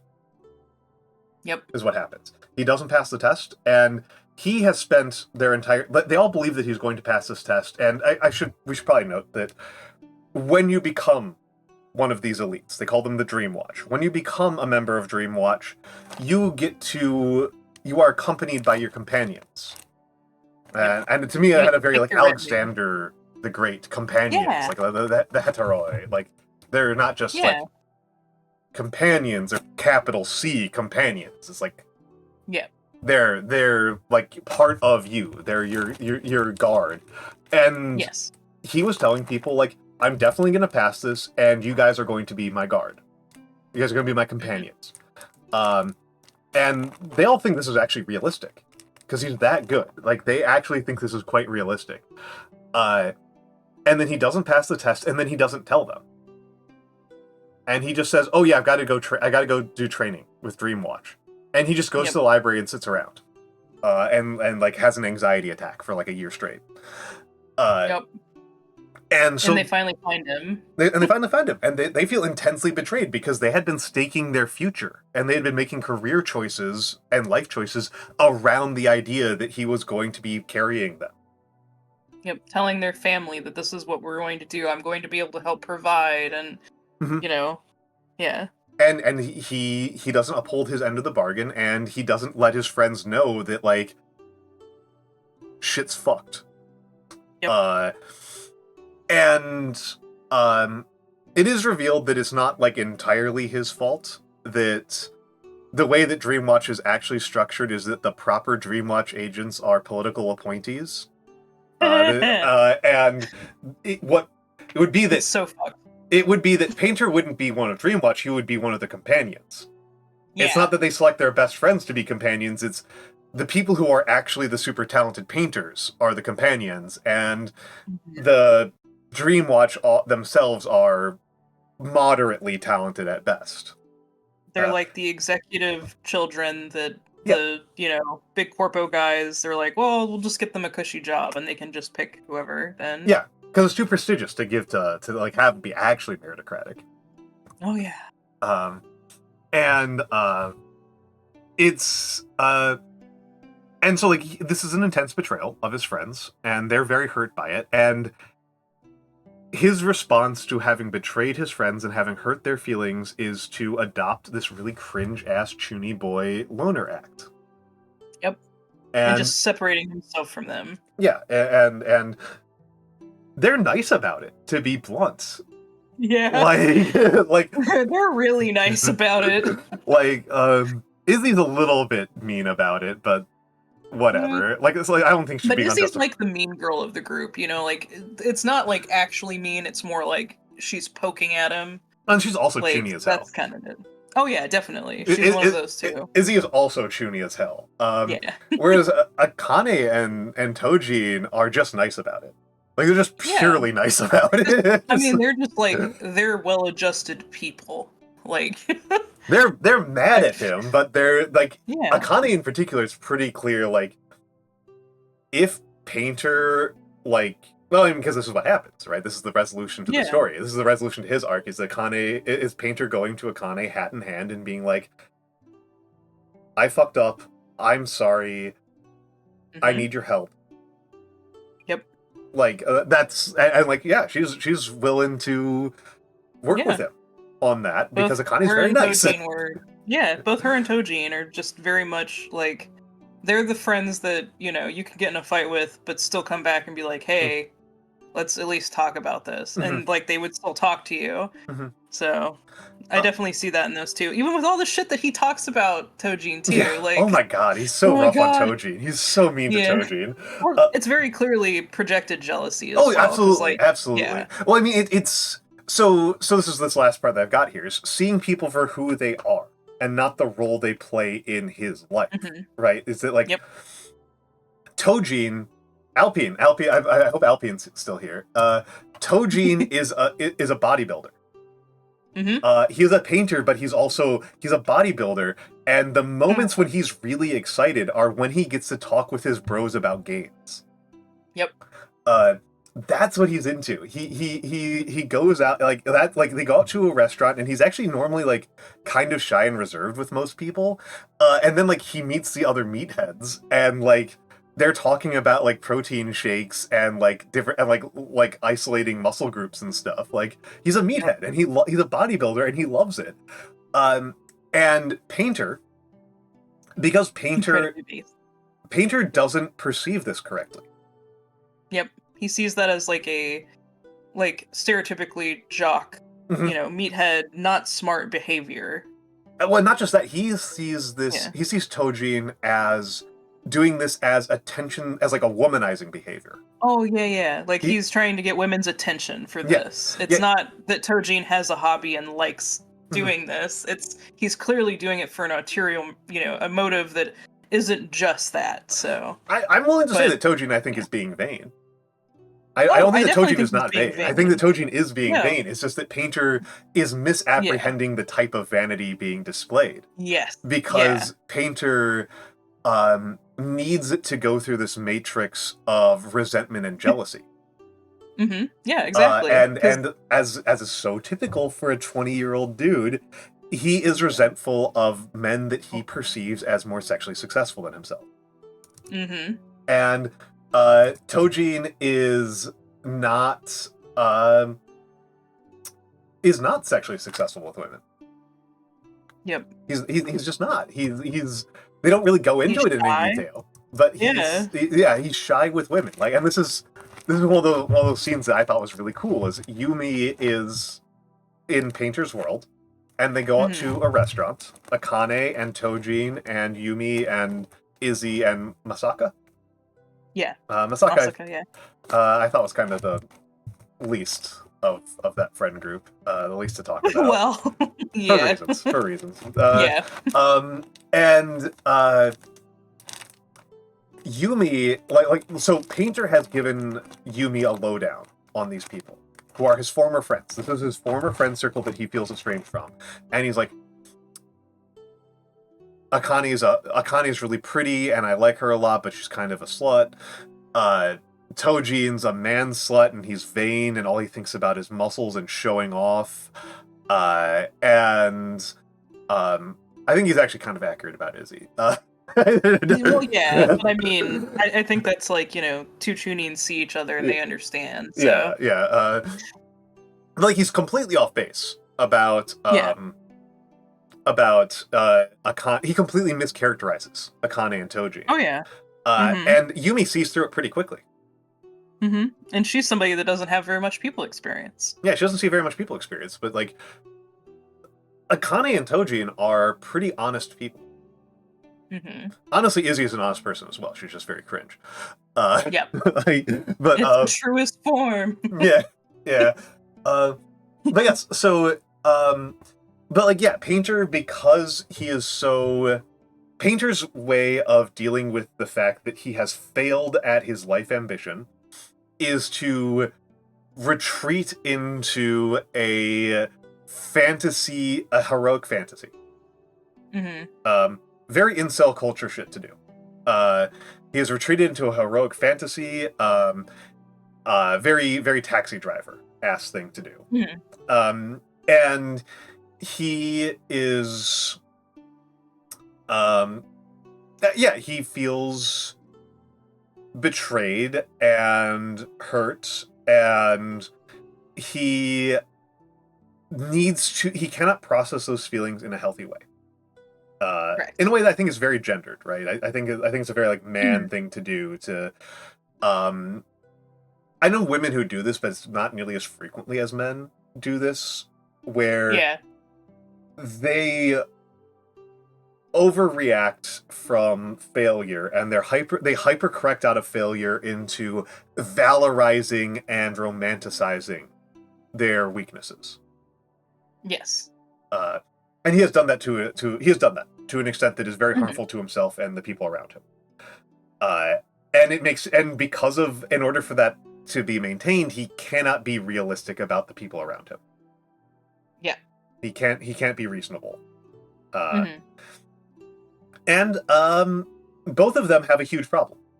Both of them have a really, really huge problem, which is that they feel unseen. They both feel very unseen.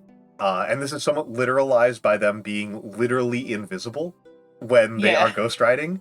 And it's in slightly different ways. Yes. Painter feels aptly that his talents and his art is being unrecognized. Yumi feels very aptly that her society and everyone around her does not see her as a human, they see her as a tool. They see her as the thing that creates the things they need to live, but that's the only, perception of her, I think, Blast, that's actually a pretty good thing. That's one of the things I would love to talk about. Yeah, so to anybody who's not reading the comments, because it kind of cuts off a little bit, all of this shines through despite the narrator playing along with Painter's self-defeatist outlook. I will admit that to me, I often, from an early point, I was reading the narrator as being kind of sarcastic. Well, so that's the thing, is this book and another book from the Secret Novel series are written in one of the characters from the Cosmere's voice versus Brandon Sanderson telling a story. And That's true. That is, there are certain things that I think Hoyd tells the story differently than Brandon Sanderson would. And Hoyd definitely likes to play into people's, downfalls and, they're not so good qualities about themselves. So I feel like that's part of the reason the narrator does that, because Hoyd very much likes that about people. Well, may as well. I think that's actually I'll just put up some of the art so we can have the art on the background. So the narrator of the book is inside the book. This is technically speaking a first-person, non-omniscient narrator. And he's actually in one of these arts. He's actually in one of these arts. In the lower right art, the person wearing a crown is our narrator. For reasons that go unexplained, our narrator has turned into a bronze statue. He is encased in carbonite for almost the entire narrative. He still is relaying things to us. He still has some perception, and a lot of what he's relaying is secondhand. He's Yes. like what other people have told him happened. Particularly, but some he experienced as well, because he can experienced. see what's going on in the restaurant. Yeah, in this restaurant, which is where a lot of the story takes place. Mhm. And he has his own perspective. He has his own perspective on the world and his own philosophy. I will confess that my least favorite moments in the book are when Hoyd is speaks to the audience directly. I actually found it pretty annoying. But so I happen to really love Hoyd, but it is for a whole it is something to do nothing with any of the books, and it's just a characteristic I love about him. So I understand why people don't like that. But as somebody who loves that character, I mean, I'm not necessarily hating the character. I'm talking about specific moments of writing where I was just like, this is not a good sentence. Oh yeah, this is subpar. He does that. Like the character throughout every book that he is in will do something like that normally. So it's not, that is a very common thing, and so and I understand people not liking that, but yeah. And so, this is that's fundamentally what the book is. We have not talked about the major plot resolutions, and again, as ever, we're in full spoilers territory. I just didn't think it was the most important. I didn't think the resolution of the imminent plot was nearly as important as the fundamental resolution of the emotional plots. Yes. And without even being super spoilery about this, I don't think this should be too surprising. This is a romance. Yeah. They fall in love. Love, and they get together, in Painter's world. They Yumi leaves her world behind and joins joins Painter in his city, Kalihito. I think, or Kilahito. Yeah, one of those two. Kilahito. And they run a little restaurant. Blastsphere, he gets it. Blastsphere gets it. Sorry. Yeah, Blass is one of my regulars who's a huge Brandon Sanderson. Yeah. So, heck yeah. And yeah, so that's the main emotional resolution is and honestly, I think it starts very early. To me, I thought it was very, very transparent that the basic core of what's going on with these two is that invisibility, right? Yep. That they are unseen by others, and there is a large stretch of the book where literally the only person who can see them is the other person. Yep. Literally but that's also the only person who can see them in a more metaphorical sense. Yep. And it is interesting. They both grow to understand each other way better than anybody does in either of the worlds. So absolutely. Nobody in Yumi's world really understands her for oh my god, no. really interesting reasons. On top of the sociological reasons, there are metaphysical reasons that prevent people from understanding her. Hint, they're all ghosts. And in Painter's world, I think a no small part of it is that Painter has lied to people so much. Yep. That Painter has lied to people so much, and the only person he's really honest to in his world is Design, who is not a person you can have any sort of equal relationship with. Nope. She's kind of outside of the context of being a peer, which is probably part of the reason why he tells her the truth. Design is in that picture right there next to me. This white-haired lady. The white-haired lady. I liked Aaliyah Chen's art a lot. Aaliyah Chen, I think, draws Design a little bit more subdued than Brandon Sanderson writes her. Yeah. Oh no, definitely. I think so too. She definitely doesn't make her as voluptuous and Mhm. like as much as design would like to actually look. I feel like Yeah. I feel like that is the one character I did not enjoy, or like I won't say I didn't enjoy. Like I enjoyed how she drew and painted her, Mhm. but like it just didn't match exactly what my brain saw whenever I heard the description. Design is described like she's got a fucking VTuber body.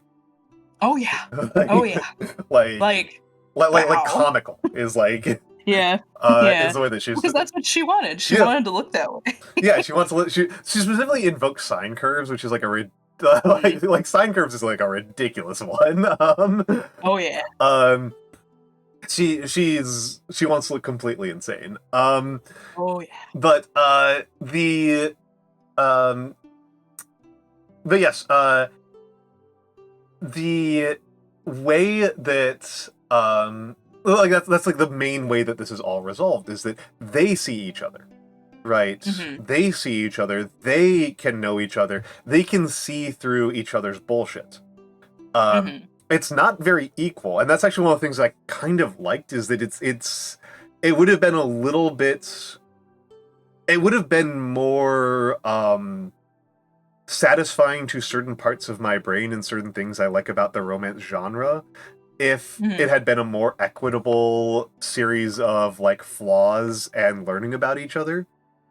But Yeah. I think it is kind of a little bit more interesting that, like, let's be realistic. Painter's problems are way more his own fault than Yumi's Oh, yeah. are. Like, Mhm. Oh, Yumi, definitely. Yumi is not a flawless person, but to the extent that she is flawed, they are much harder to hold against her than Yeah, than like they're Painter's flaws. her flaws are more a product of the way she was raised and handled by the people Mhm. that like taught her versus where Painter, he literally could have just told them Mhm. when it happened and nothing would have been an issue then. It probably would have still been a problem. Let's be realistic. It It just would would have have been a been a problem, much but like lesser problem. it wouldn't have been the same kind of problem. Yeah, it would have been It'd a have much been lesser a problem degree. versus, okay, well, let's all as a group talk about how we're gonna move forward then, because obviously this is a group problem instead of just a Painter problem. Yeah, So this is a problem of well, so what it is that it would have meant, like, regardless of what Painter said, there was a problem Mhm. that Painter didn't get into Dreamwatch. That is a Yep. problem no matter what. Yeah. Lying about it compounds it. Like, Yeah. he would have still had the problem that Painter isn't as good as he said he was, or everybody thought he was. Like, we were all planning on Yeah. Painter being better than it turns out he actually is. And I could understand people being mad about that, right? Like, I could Yeah. understand that still causing the friend group to break up. Yeah. However, he did not do himself any favors and did not make the problem any better by lying about it so fucking much. Oh no. Yeah. He could have had a lot of problems, but he absolutely exacerbated them through his own flaws. Yep. I would say that Yumi does have some flaws that do not just come down to being sheltered and naive. I think that Yeah. I think that her stubbornness is an element of that. And it seems kind of strange. I think this might sound strange to you, but I'm going to stand by it. It's okay. I think that she's actually I think she's actually really harsh. I think so too. Yeah.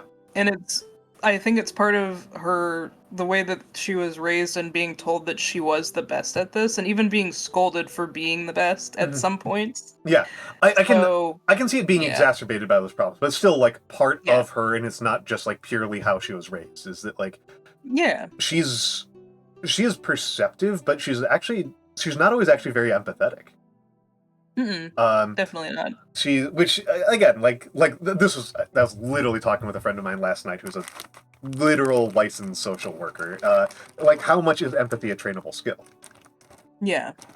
And I don't know. I don't actually have an answer, and neither did he. But like, it's how much is empathy a trainable skill? And she does get more understanding of where Painter's coming from, but there's a part of me that wonders if she would have if she didn't also know that Painter's really talented.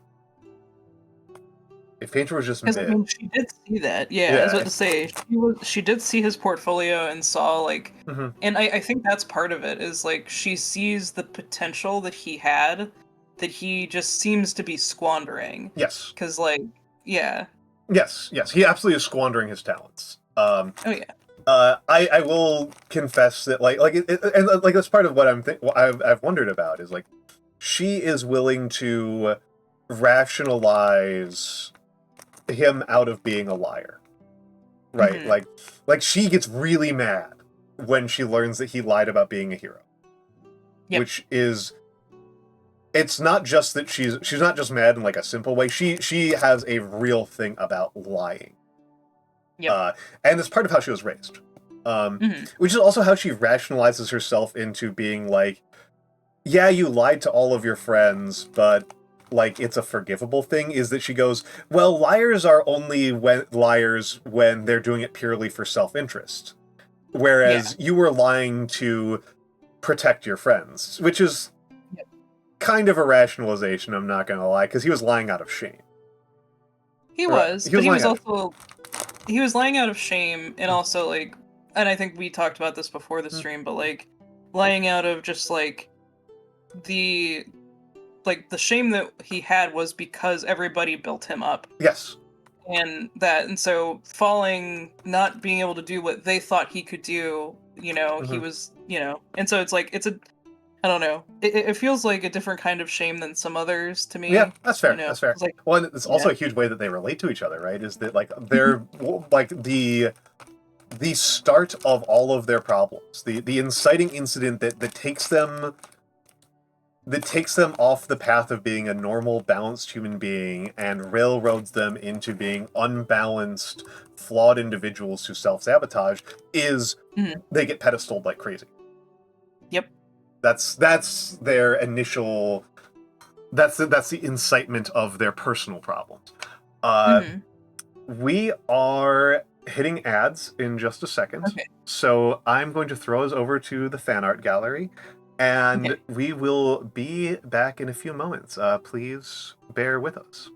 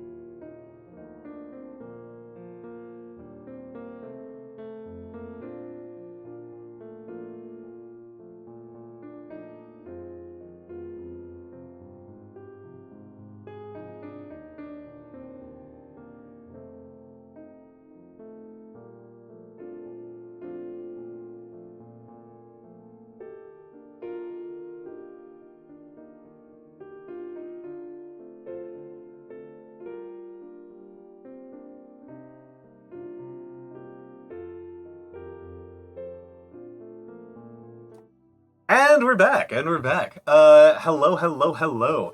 But yes, I just like this art. Let's go over to this last one. I love the cover art in particular. Like, as much as I like, as much as I like Aaliyah's art that they use throughout this, I really like spare line art and, like, really anti-naturalistic use of color. Have you seen the other covers for the secret novels then? Okay, because Nope. they're all done by the same artist. Okay. They're technically, I think this one is based on her art still, but it's another artist that's gone over some of her art to do this. Mm-hmm. But both, like, Sunlit Man, Trust in the Emerald Sea, and the Wizard's Handbook are all done in this same style with the very, like, limited color palette and stuff. Okay. So they all kind of match. Nice. I've always had a huge affection for, like, monochrome. Yeah. For monochrome paintings. I have said this a few times. I tend to really like art that's, like, heavily restricted. I like working with, like, really formal poems. Is, like, an art form I like working with. Like, I like doing challenge runs in games. I like seeing what you can do with, like, the boundaries pushing up against you very quickly and harshly. It's a fun thing to challenge yourself by limiting it when you have such a wealth of, like, options to go with, but just being able to limit it down to something and still create something impactful. And to put it in gamer terms, it forces you to use tools you might not otherwise use. Yes. Which I always like that. I always like recognizing like a tool that I thought was kind of worthless or that, like, just, like, didn't vibe with me winds up being really useful if I'm willing to, like, put unreasonable constraints on myself. I always think that's very cool. There you go. And so these things always really speak to me when it's like these guys there's no faces, right? Yeah. There's no faces and there's no shading. Mm-hmm. I think that's quite cool. But yeah, so one of those things that we didn't really talk about. So the inciting the, like, imminent threat, right, for Painter is that there's a nightmare that is stabilizing and getting more powerful and can start killing people. I always imagine the nightmares looking a lot like the enemies from Prey 2017. If you played that game, that's what I thought. I haven't played it, but I know what it like. I know what you're talking about, at least. Fair enough. So. Yeah. Good. And so Yumi, her immediate problem is burnout, but this metastasizes because she is burning out, and now Nikaro, the timer. What's the timer doing right now? The timer's being dumb. The timer's off by at least half an hour just because of today's stream alone. Oh yeah, I love Prey Grey Nothing. It's incredible. And when I was talking about restrictions, I was actually thinking about Moon Crash. Moon Crash has wonderful restrictions on gameplay. People, I'll talk about it later more. But no, people donated enough to get it back up. And actually, it was actually off by over 10 hours. It was actually off by over 10 hours. The timer has been fucked up. Is basically what's happened. And I'll need to manually adjust it after this again. I need to, like, I didn't do, like, a full manual audit of it. But yes, so her imminent problem is that, like, she's burnt out, and so her society needs spirit summoning in order to function. Yes. It does not function without spirit summoning. And so some people, some of the scholars from the capital, have developed an automated stone stacking machine have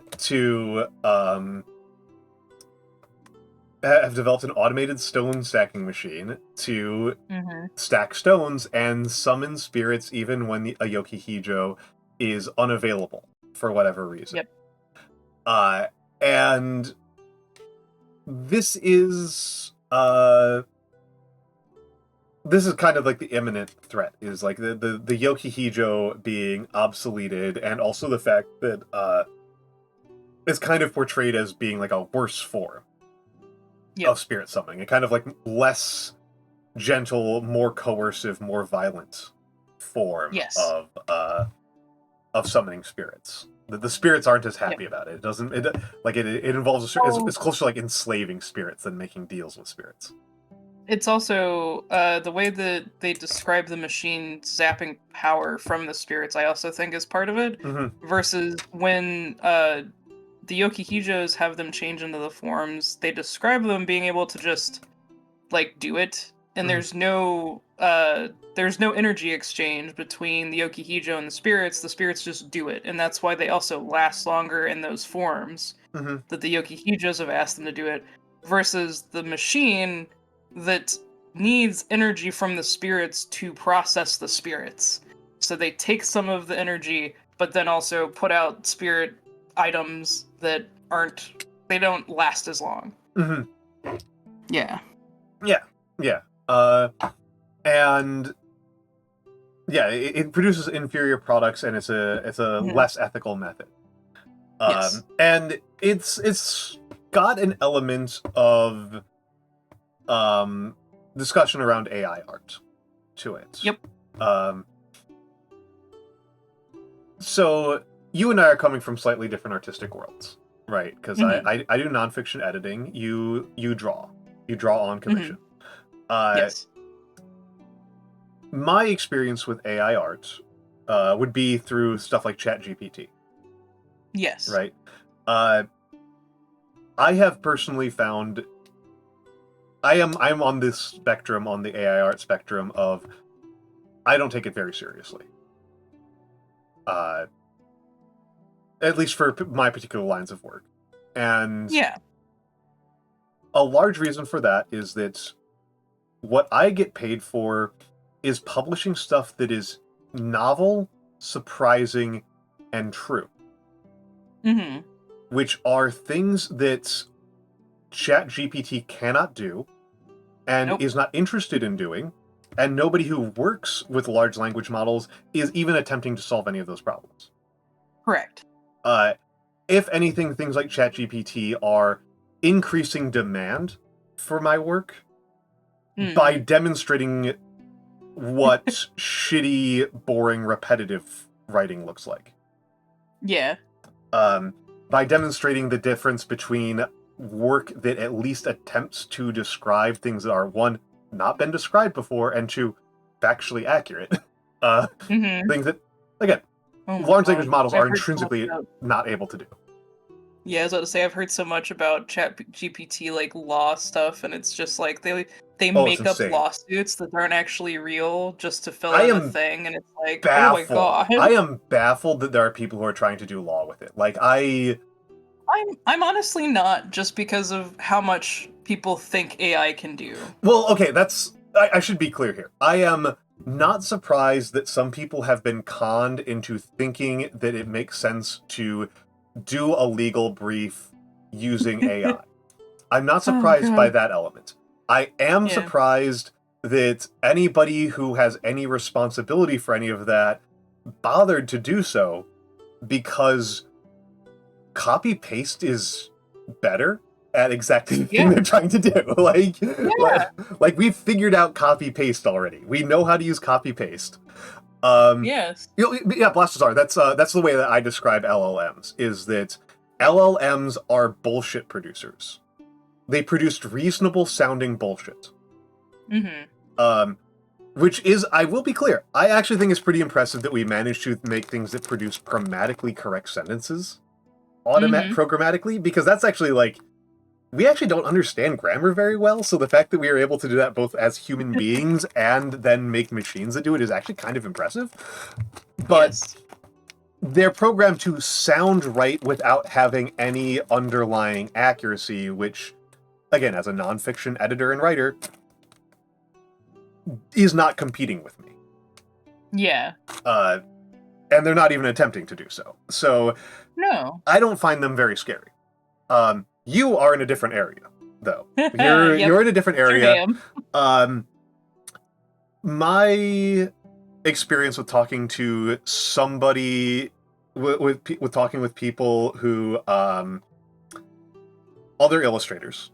I haven't talked with you about this. My experience with talking to other illustrators is that there was about 6 months where things like Stable Diffusion were really scary. Yeah. And then it turned out that, like, one, it's never actually very interesting what it produces. And more importantly, two, you can't commercially copyright anything that's produced from it. So here's the thing. Yeah. Lots of companies will not care about that. Mm-hmm. And companies that used to hire artists are actively seeking people who know how to do AI model stuff now, instead of having a whole art team, just having one person produce AI art. And then, like, they're just like, we'll legal battle it out later. And, like, even Wizards of the Coast is actively seeking out AI work instead of commissioning artists. Yep. So, like, even Coca-Cola. Yeah. Like, I don't like big companies, but Coca-Cola's newest commercial that they put out for Christmas. And, like, they've had some of the prettiest Christmas ads I've ever seen. Like, I was watching some old commercials today on my stream, and, like, they used to have, like, painter, illustrator, animators do their Christmas ads. Yeah. Well, it is something that's been happening for a long time in commercial art of trying to, like, take increasing shortcuts on the art. Like, and I see that, and I've that with, like, you know, just in general, like, how people, like, companies will reuse art a lot for different things and whatnot, but, like, I feel like it has come to a whole different level now with AI stuff, because they're just like, oh, well, we can just make whatever, and it doesn't matter. Like, we don't have to pay for revisions, we don't have to pay for multiple feedbacks. This machine will put in a thing of words and then pick out our favorite one from that and just go from there. And that's how they think it works. That's how they think it works. It's going to be... Because I'm thinking about, like, there's definitely different use cases that are going on, right? Because, like, one place where I know illustrators have absolutely gotten reamed out is, like, newspaper headers. Oh, yeah. And to the extent that there's any fairness to this, the first time I saw a newspaper header that used AI art was for a publication that the budget they had for illustration was $0 and had been $0 for, like, 30 years. Yeah. So, like, instead of using a free, a Creative Commons photograph or something that the article author scribbled, or more often, literally nothing, they used a piece of AI art. So, strictly speaking, no money was lost in that particular case. No money was lost for them. For that... Versus... Yeah, because they wouldn't have paid an artist to do it. Yeah, they wouldn't. It went from $0 to $0. So here's the thing. Yeah. I think there is an ethical way to do AI art. That's what I was going to get to. The way we have it now is not ethical, and that's my issue that I have with it. Yes. It is not ethical. It is, you know, it's not to anybody's consent. Now, if there was a system where artists could consent, get some kind of commission, some kind of royalty, whatever, from... Because people pay to use these... Yeah, they pay to use it. Programs. They do. So, like, it's not like the programs are just doing it for free. Yeah. So, like, if they could take that money and pay the artist that they've taken the artwork of, and, you know, that would make it more ethical. Yeah, to the extent that what I see kind of happening is less a technological shift and more enough layers of technobabble to make people overlook the fact that this is just theft. Yeah, exactly. It's just theft. It is not a novel technological innovation over going to somebody's page and taking a screenshot of it and then just using it without credit. So this is the thing that, with the machine, specifically in the book, that I feel... there is no intent behind the machine, and it has to take the intent from the spirit to do it. Oh, okay, that's a good... And that's part of it. Okay, so that's the read. Okay. So that's how I've read it, and that's what that's taking. And so with AI art, it's taking the work by artists that have meant a certain thing by their art, and just assigning different, like, oh, this is a painting with X, Y, and Z in it. Okay, somebody has put in a thing where they want X, A, and B, so I'm going to take X out of this one, A out of this one, and B out of this one, mash it together, and there you go. Yeah. Because that's what they do. Yeah, it's just and literally was typing a response to Blasphemous. Yeah, they're just series of word correlations. They're just databases of word correlations, and in the case of drawings, they're databases of line correlations, right? Of like correlations of color and shape. Yep. And they don't have a truth function. In the case of, that's why they do math wrong, right? Is like you ask them like, how far is the Earth from the sun, and they'll say like 10 astronomical units, and it's like, what are you talking about? What are 10 astronomical units? What? Well, 1 astronomical unit is the distance from the Earth to the sun. Okay, well, By there definition. you go. Yeah, it's like it's by definition, but they'll just like do the math wrong, and it's like, how are you doing math wrong? You're a computer. This is like the only thing you do, but they don't have any truth function underlying them. And if you add a truth function, it's no longer a large language model. You've got something completely different on your hands. And in the case of like drawing models, again, like the nature of them is, as far as I can tell, it's just theft. It's just theft, and I think that it was interesting that you put it that way. That there's taking the intent from the spirit, because I'm a little bit closer to Painter in my mindset in a lot of ways. Yeah. And Painter sees this as like the start of industrialization. Yeah. And sorry folks, but it's time to bring up Marx. Marx's conception of mechanization is that machines are stored labor value. That a machine is the value produced by a machine is actually the storage of the labor that goes into the producing of that machine, distributed over a different course of actions. And so if I was conceiving of it that way, the stone stacking machine works by the intent of the scholars who built the machine. But there's a couple of reasons why that doesn't work, and one of them is, we didn't actually talk about the metaphysics here. We're going to spoil the ending. Are people ready for ending spoilers? Ending spoilers. Ending spoilers incoming. Imminent ending spoilers. Brace for impact. The better known for other work. Yes, great, nothing. The ending of it is that the scholar, what has actually happened is that Yumi has been dead for 1,700 years. She was killed 1,700 years ago. And what she was killed by was, they were working on a stone stacking machine. And the stone stacking machine they made was too good. It was universal paper clips. Universal paper clipped their entire society. And instead of stacking stones to attract spirits, it just sucked spiritual energy from everywhere.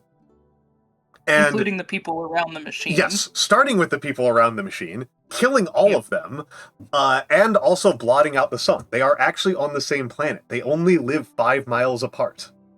They are a day's walk apart in physical terms. But everybody in Yumi's society got killed, and the survivors at the periphery of her society are Painter's ancestors. Who survived the eternal night and the nightmares. The nightmares are a result of this machine. And the Heon lines that power their society are actually a result of the machine as well. Yes. The Heon lines are produced by the machine. And they are this intent that you talked about. They are this spiritual intent. And Yumi is one of the Yokihijo, including Yumi, are people whose self-conception was so potent that when the machine inadvertently shredded them spiritually, it only destroyed their body, and their personas were so strongly conceived and so coherent that they remanifest every 24 hours. And so the machine just created a simulation of reality. Matrix. Yeah, it just matrixed them. It just did a Cartesian demon on them. And every night when they go to bed, when the Yokihijo go to bed, it erases their memory and recreates a simulation of their last day before the machine was activated. Yep. And has been doing so for 1,700 years. So the fundamental inciting incident of this is that Yumi has 1,700 years of muscle memory of getting really good at stacking stones.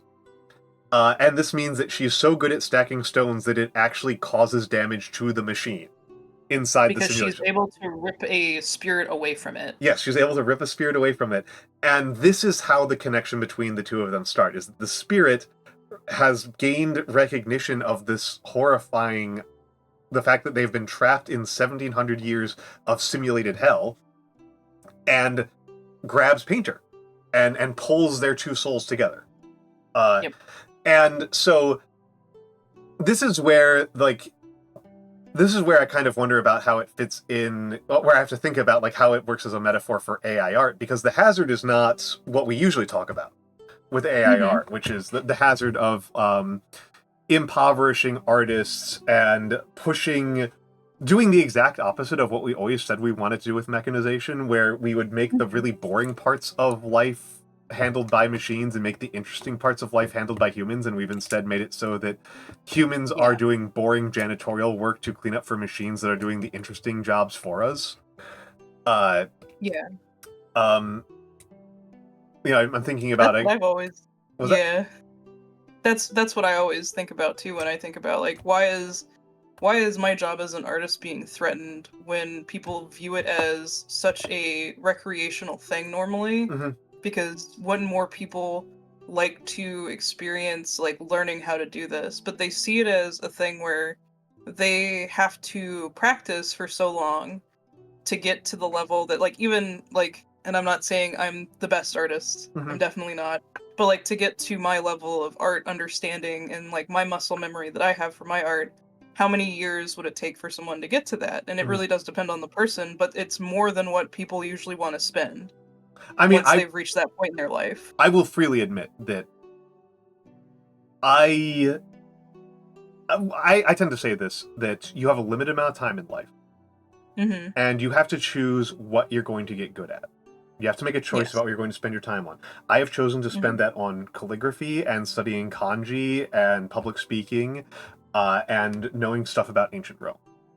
I mean, learning how to draw. So you think about Rome every day? I do. The people. This is. I'm sorry. Blasphazar is like, oh, you're going to be on the train of like reading all these Brandon Sanderson books.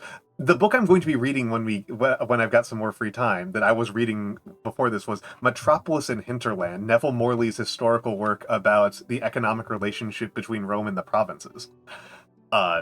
The other books I've got lined up are like an operational history of the Ptolemaic army. Like I'm a nonfiction guy. That's what interests you. It is. I'm fully embracing this. And and where I was going with this is, I'm not actually that interested in learning how to draw. Yeah. Like my interest in learning how to draw would be purely instrumental, and that is to save money on paying artists. And I mean, I get that. I get that, and I have to wonder if it wouldn't make more sense for me to like deliver some pizzas, like in terms of the time payoff. The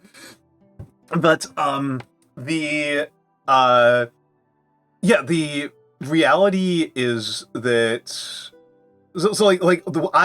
I'm going to be venomous here. You've activated a bit of a venomous moment from me here. Oh no! When I see the people really pushing AI art, here's what I think about. You don't need a number here. You just need you to have in your head. Do you think that you are paid too much for your work? No. Right. So, illustrators are not a well-paid job. No.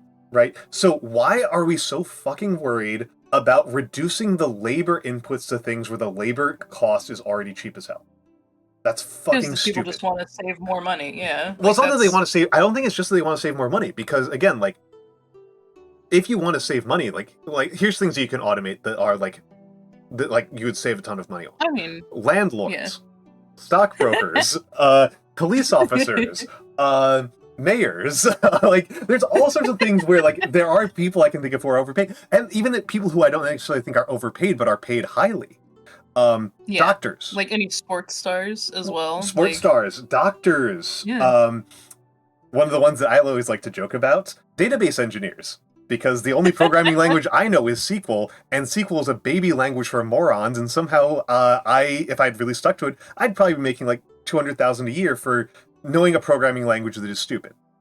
And for babies.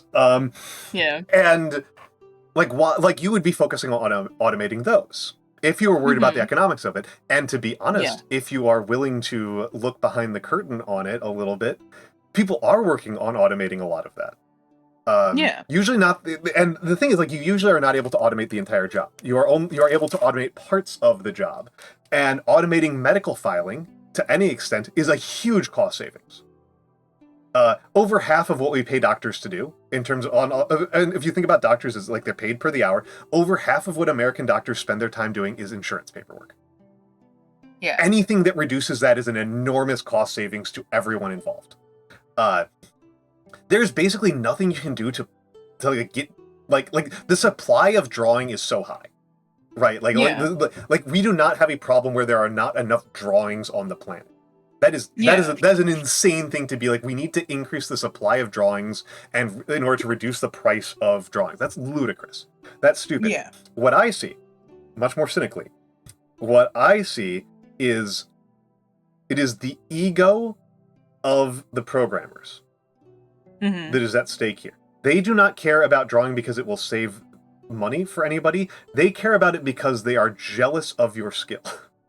Yeah, no, I totally agree with that. Yeah. Because there are times that I see the AI bros posting something, and the way they say, I created this, and I'm like, so you didn't.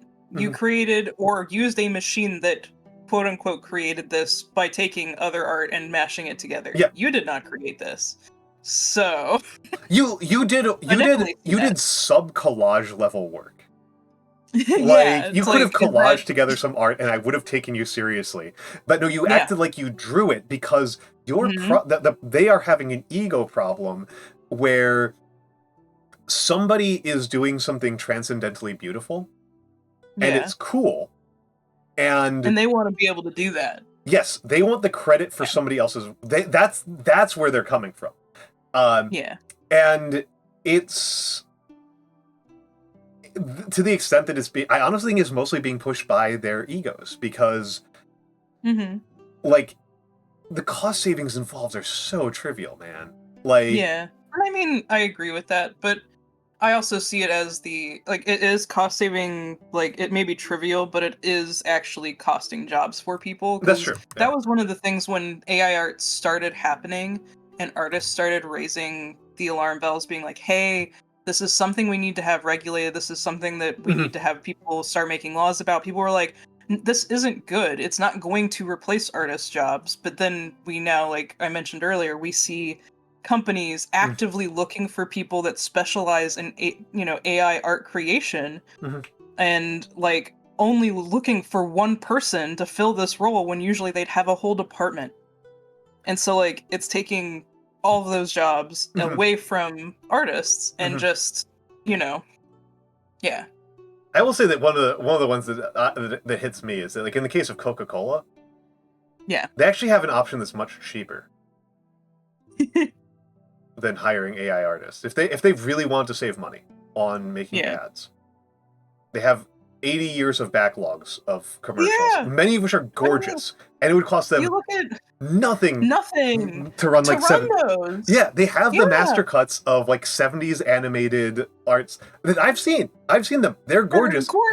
They could just run them again, and we wouldn't be able to do diddly squat about it from like a taking artist's job away perspective because they already own it. We just feel like, they already own it. They've paid the artist for that time, and like they already have all the copyrights, and it's like it's still pretty too. Yeah. And then they put out this commercial, and it looks like slop. It looks like slop. Yeah. Why? Why would you have this? Will you allow me to get even more political? Because we're already being kind of political here, but I'm going to get I'm going to invoke a turbo political moment here. If you'll allow me. Will you allow me? Okay. Okay. Yeah. A sentence that I saw a few months ago was AI Mhm. art is the contemporary aesthetic of fascism. And that is what I kind of see happening here, is that there's an aesthetic political linkage happening here. And because AI art, if you can look at it, right? You can look at it and you Yeah. see commonalities to it. You see Yeah. commonalities to it. A huge commonality that is one of those ones that I think most people who have looked at history at all will recognize as a fascistic thing. Heroic. Mhm. It's clean. It's clean heroic. You know, it's not Mhm. messy heroic. It's not dirty heroic. It's clean Yep. heroic.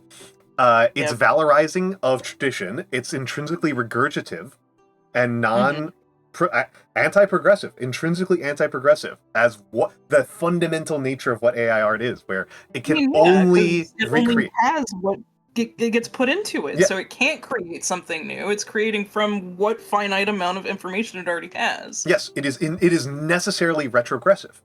Mhm. It is both retrogressive and unfeeling and overly clean.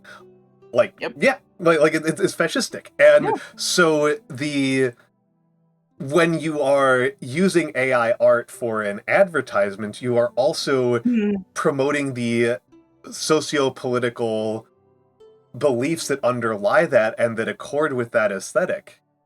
And that is an aesthetic that is so nostalgic, it's not even the past. Yeah. Right, which is always an Pretty intrinsic difficult. part of fascism, right? The original fascists were the futurists. Mhm. Fascism has always had this really weird relationship where it is always looking backwards while trying to be modern. Yeah. It is always a retro car. It's the Fallout aesthetic, right? Yeah.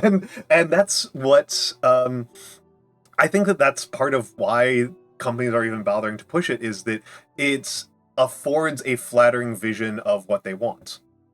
Mhm. I also bluntly think a lot of these companies are just getting fucking conned. No, I do too. I do Yeah. think there's a lot of companies that are being lied to, Mhm. because that's one of the things that people will often lie about with AI art, that somehow a machine has been taught how to create art and it Mhm. is creating of its own volition Mhm. art with intent, but it is not. It is pulling from a database and, piecing it together, like we said, collaging it together. Mhm. Just because you can't see the individual pieces of pictures that have been used to do that, Yep. that is what it's done. And so people don't think about it, because, like, when we say collage, Mhm. we think of, taking magazine pieces or newspaper clippings and collaging them together to create a bigger thing, and you can see all of those bits and parts all put together, but you don't with AI art, because it's made it smooth and clean, and it's supposed to look like a finished image together. Yes. It's supposed to, Yeah. and it's the kind of case where I think it's the same thing as like how they are managing to survive legally at all is Mhm. they're doing stuff that is bluntly, as settled, straightforward law, illegal. Yes. Like it's blunt, straightforward, settled law, illegal in the case of Stable Diffusion. Like it's not even Mhm. contestable. We've had 1,000,001 court cases about it. It's just illegal. It's Yep. it's just flatly illegal. Functionally, every artist should be able to DMCA OpenAI into oblivion. Mhm. But by doing it fast enough and in small enough steps, Mhm. you manage to make it look like you've done something completely different. Yeah. It's to be absurdly mathematical about it. This is how the Riemann sum hypothesis works: is you have a curve and you draw a square of the curve, Yeah. and that square's inaccurate, so you get more accurate by drawing smaller squares. And Yep. eventually you get to the point where you're drawing infinite squares, and then you have an actually perfectly accurate one. That's the basics of calculus, right there, is the Riemann sum hypothesis. But you haven't actually done anything new. You're still actually just taking the area underneath the curve. You're just doing it more accurately and more efficiently.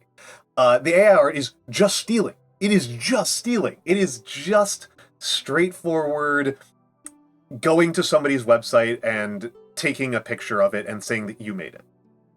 Yep. right? That's all that it is. The art bots that all of us VTubers get where they're like, hey, how are you? Please check out my portfolio. And like you see like, that's not even your name in the corner of that. Like this has somebody else's watermark. What are you doing? It's just that at high speed. Yep. It's high speed and has capital investment, and therefore I guess it's okay. Yep. Well, and I agree with Balthazar saying in chat. It is a thing that once, like, the copyright laws are updated, but it's going to take a while. But once that happens, I feel like things will be reined in more. And that is when I feel like the discussion of ethical AI can start. But until then, like, it's not possible. Well, like, it is... No, go ahead. I don't feel, with how the programs are done, that it is possible at this time. It's certainly not possible at this time because the only people who give a shit about it are people who look at ethics as a problem to be solved. Yeah. As in, they want to do unethical things and they want to get away with it. Not as in they want to like be more ethical. Like they don't view ethical as a tool, as a series of tools to tell you how that should help you decide how you should act in the world. They view ethics as a series of weaknesses that other people subscribe to that you can gain. And I honestly I think the problem's somewhat deeper. I think about something a programmer I talked to said, which is we develop functional AIs all the time. It's just that once an AI is functional, we stop calling it an AI. It stops being an AI and it starts becoming like pre-carcinogenic melanoma diffusion recognizer. Right? It becomes high density options algorithm. It develops these other names because they work, and then they just become a tool that an industry uses at an industrial scale. And for some industries, we've been using them for like 50 years. We're being so weird about drawing and writing AIs in no small part because their use case doesn't make any fucking sense. And I think the thing that's going to be the real apocalypse for them is that from everything I can tell, they're actually more expensive. They are cheaper right now because of extremely comically subsidized energy prices. And if some of those energy subsidies are cut, in particular, I'm thinking about some of the ones in Texas. Texas has fucked up their... I think everybody... I don't know... So actually, I know that we've got some Europeans in here. So Texas is a very weird state in the United States. You probably are aware of this. It is our second largest state. It has a couple of cultural features that make it somewhat odd, and has a lot of legal features that make it particularly odd. And one of the really odd ones is that the United States has, I believe, 5 power grids. For the entire country. One for Hawaii, because it's Hawaii, and it's an island. One for Alaska, I believe is actually linked into the Canadian power grid. One for the West Coast. One for the rest of the country, and then one for Texas. Here we go. I have the map up, sorry. Okay. So we have... let me link it to me and I can put it on screen. Okay. Here, I'll just send you the image, because... Yeah. Just send me the image and... Yes. Because my husband is actually an electrician, and so we talked about power grids quickly before. Okay, let me go over to OBS. I have too many damn windows open, and just grab the window grab. People do not understand how many damn things you have open when you're doing this shit. Okay. So this is let me full screen it so that it looks right on screen. So this is what it looks like, right? Texas has its own power grid that is specific. Part of Texas. Part of Texas, not all of Texas. That's true. That's true. Not all of Texas has its own power grid that is segregated from the rest of the country, and this causes problems for Texas, right? This causes problems for Texas because when they have power outage, they cannot physically borrow infrastructure from other states, which is normally what you do. And one of the things that has happened is that as a result of the way that Texas has set up their power grid, legally speaking, there are companies that go to Texas and mostly they mine bitcoins and make AI art because they do the same thing. They're the same processes. Oh my God. They go there and Yeah. they mine bitcoins and make AI art, and they soak up enormous amounts of energy, and then they do it and they hold Texas hostage and get paid to shut down their operation. That's actually a major source of income. That's like a lot of what's keeping Bitcoin afloat as an institution and NFTs afloat as an institution is cash injections from Texas for them to stop mining Bitcoin so they can put power to schools. It's so dumb. It's so dumb. And so when shit like that ends, because it's extremely obviously badly exploited, I think that's going to kill the whole damn thing. Because again, like... I don't know that it'll kill the whole thing, but I do think it would... I think it will minimize it, because it will become more costly, and it will be more of a recreational, like, for people who, you know, just want to do it because they can. Oh, that's true. More that's than true. just anybody can do it. So. I know a gentleman with a extremely specific sexual fetish who has run through a fair percentage of all of the erotica made for this fetish and has used ChatGPT to generate new erotica in that line. Yeah. One of the ones that I thought was kind of interesting was people using it for their D&D characters. Because on the one hand, that's like obviously a case where like I know artists who have lost money from that. But on the other hand, most of the people I know who have like used AI art to make their RPG characters so weren't going to pay anyway. With that, yeah, I was gonna say with that, because they are not taking it and trying to sell something with it, and it's something that they are using literally for recreational use and nothing else. It is one of the few use cases I do not mind with AI art, because I understand that you want representation of your character, and if you're like, I'm coming to the D&D table, but I want you guys to know what my character looks like, I may not be the best at describing it, but here's an AI generated image. Oh, and of course, I'm one of those people who I've never made portraits of my characters, so I'm just like, I know that I wouldn't have spent money on it, regardless. Yeah. Like, I think the maximum I would spend on making art of one of my characters for like D&D would be like 50 cents, which is not like, which no artist is going to accept that. Like, that's insane. No. Like, and I agree with that. That is insane to like, and you understand that. Yeah, I do. That's why I haven't bothered asking. You're not going to go to an artist, and be like, I got 50 cents. What can I get with this? It would be funny to get like 3 lines, right? Like, there you go. I paid a professional artist and they drew like a smiley face. Yeah. But like, yeah, But like, that's a use case that I feel like is fine, because you're not claiming that you drew it. You're not claiming trying to sell it. You're not trying to do anything like that. You're literally just, I'm trying to show people what my character looks like. Yeah. Now, as soon as you were to go on and like try and stream that, and you're making money off the stream with it, then I have the issue. But before that comes into play, like that seems perfectly reasonable to me. Well, I'm very intention focused, and the question is like, is this like, again, I am the person who just wouldn't spend the money. Right, I just wouldn't spend the $25 on a portrait, because it's just like, this is not how I engage with my RPGs at all. I'm not a very visual person. I don't care. It's not worth it to me. I just don't. I just have like a value that has a value to me, and that value is way less than any artist would accept. So it's just not going to happen. I just accept that no deal's going to happen. But if you were the type of person who would have paid $20-something for the portrait, but then goes to the AI slop generator, then that is actually kind of a loss.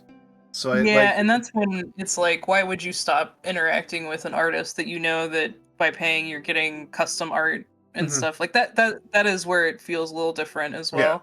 I have friends that run RPGs and stuff, and our DM specifically knows that I very much do not like AI art, but he and I have had the discussion where I'm like, hey, I know if you're trying to make a scene and it's literally just for us.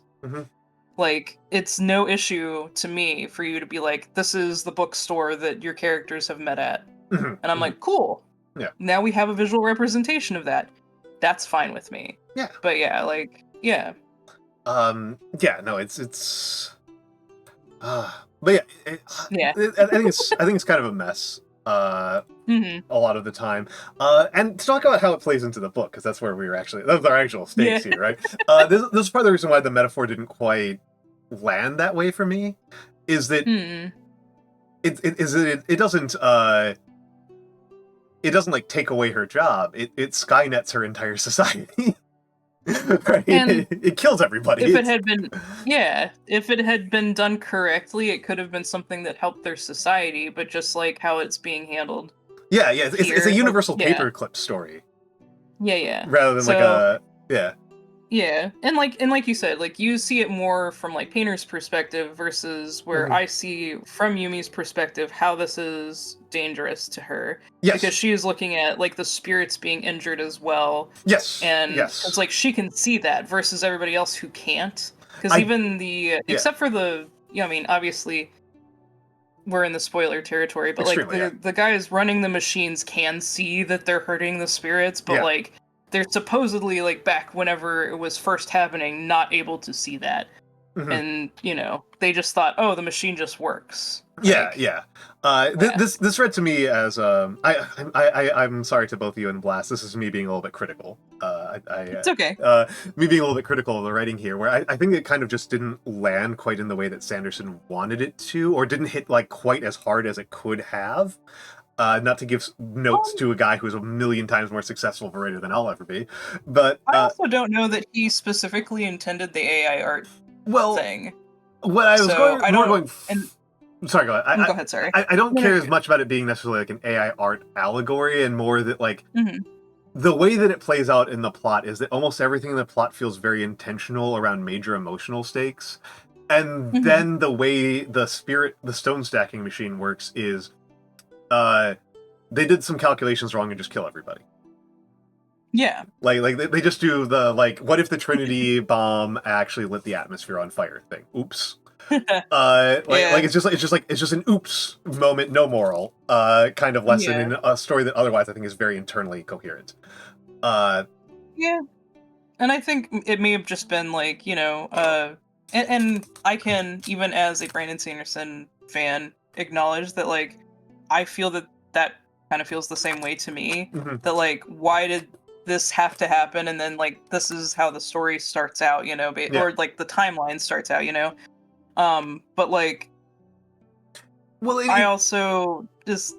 go ahead, sorry. Oh, I was going to say, and also, to me, I kind of read it as a bit of, like, Sanderson's humor. Is kind of what reads to me as, like, the center of it. Because I haven't read a lot of Sanderson, but I can see fingerprints of who I don't know for facts. But I'd be very surprised if Sanderson is not feeling pretty inspired by Douglas Adams. In general. Mostly because anybody who's writing in these kind of stories is inspired by Douglas Adams. And Douglas Adams stories are all about this kind of absurdity. Gotcha. Right, like they're all about this. Like the inciting... Have you read Adams? I have not. I'm not familiar with actually, you really should read Adams. I think you'd really like Adams. The inciting incident of Hitchhiker's Guide to the Galaxy is that the entire Earth gets destroyed, and it gets destroyed to make for construction on a bypass. And then so it is the same thing as in the movie. Yeah. Okay, so the movie did retain that plot point. Yes. But this is completely absurd and completely outside of the hands of anybody who has any moral stakes in this, in anything that happens in the story. Shit that happens in the Douglas Adams universe is all eldritch on a level that even H.P. Lovecraft is afraid of. I feel like, and that may be where he gets it from, but a lot of the Cosmere kind of has that. Yeah. Where, like, there are higher stakes than what the main story is even touching on. And Hoyt and the other world travelers kind of have... There are a way of seeing that. Yes. Because they tell stories and glimpses of what is actually going on inside the universe. And what's causing all of these weird things to happen on these different planets. Yes. So, it was pretty clear that I got that pretty clearly, that like Design and Hoyt are involved in something that is utterly beyond what any of these people Well, can see and perceive. Design is interesting because she is technically a power that, like, Hoyt has traveled to all the different Cosmere power areas, so he's gotten different magic powers from different planets, basically. Mm-hmm. And from the main Stormlight archives, you know, the Sprins, Design is a Sprin. So that's his retaining of that world, basically. So, like, as he travels the different planets, he gains, like, little bits from them. Mm-hmm. Yeah. Yeah. Thunder King 8, thank you for the follow. But yeah, Thunder King! it's very much a story about. But yeah, to me, it just kind of jarred because everything else in the story felt very linked in with very deliberate emotional stakes, and then the machine that sucks your souls is kind of portrayed as more just kind of like somebody didn't do the calculations right. Yep. And that's how Hoyt even says it. Yep. Make sure that when you turn on when you set off an explosive that you're behind a blast shield, basically. Yeah. They just set off a bomb without standing behind a blast shield is basically how it goes. Yep. And like that's fair, but like it just felt like a little bit jarring in a story that's otherwise like so internally coherent and so like emotionally linked together. And I do think that is part of his, just like you said, his humor. I think it's his humor, part yes. of the tie-in to the Cosmere as well, I feel. Mm-hmm. So the thing that endears Hoyt to me so much and the other world travelers is when I was younger, I used to imagine the books I read being connected somehow. Right. And that is the reason I love Hoyt so much, is he is literally the connector between all the Cosmere books. He's never the main characters for any of them. He's just like background or supporting cast. But like he is like a powerful being that travels these planets and like interacts with the main characters. And that was something as like a child growing up reading I always wanted, and I always like had daydreams and stuff about like how this one book ties into this book, and yeah. Okay, so because of the Cosmere tied together like that, it scratches that itch I wanted. Okay, there's something really interesting there, but I'm going to leave that one alone because we're kind of low on time, and I got to pull on that thread right now. But Gotcha. there is something on a thread that I think is kind of more valuable to pull on at the moment is I guess I in general felt somewhat more relatable to Painter than to Mikaro than I did to Yumi, because there are ways in which I find Yumi very relatable. I've said this a few times before, but I started working when I was 14, and I have worked usually 2 or 3 jobs for my entire life. I am used to having a lot of responsibility placed on me from a young age, and I have one thing very in common with Yumi, which is that I was a precocious kid. And actually something I have in common with Nikaro as well on this one, where for a lot of my life, people, when they talked about me, they didn't treat me like a person, they treated me like an as yet unhatched superhero. It was really weird and alienating. And expectations for me when I was very young were ludicrous.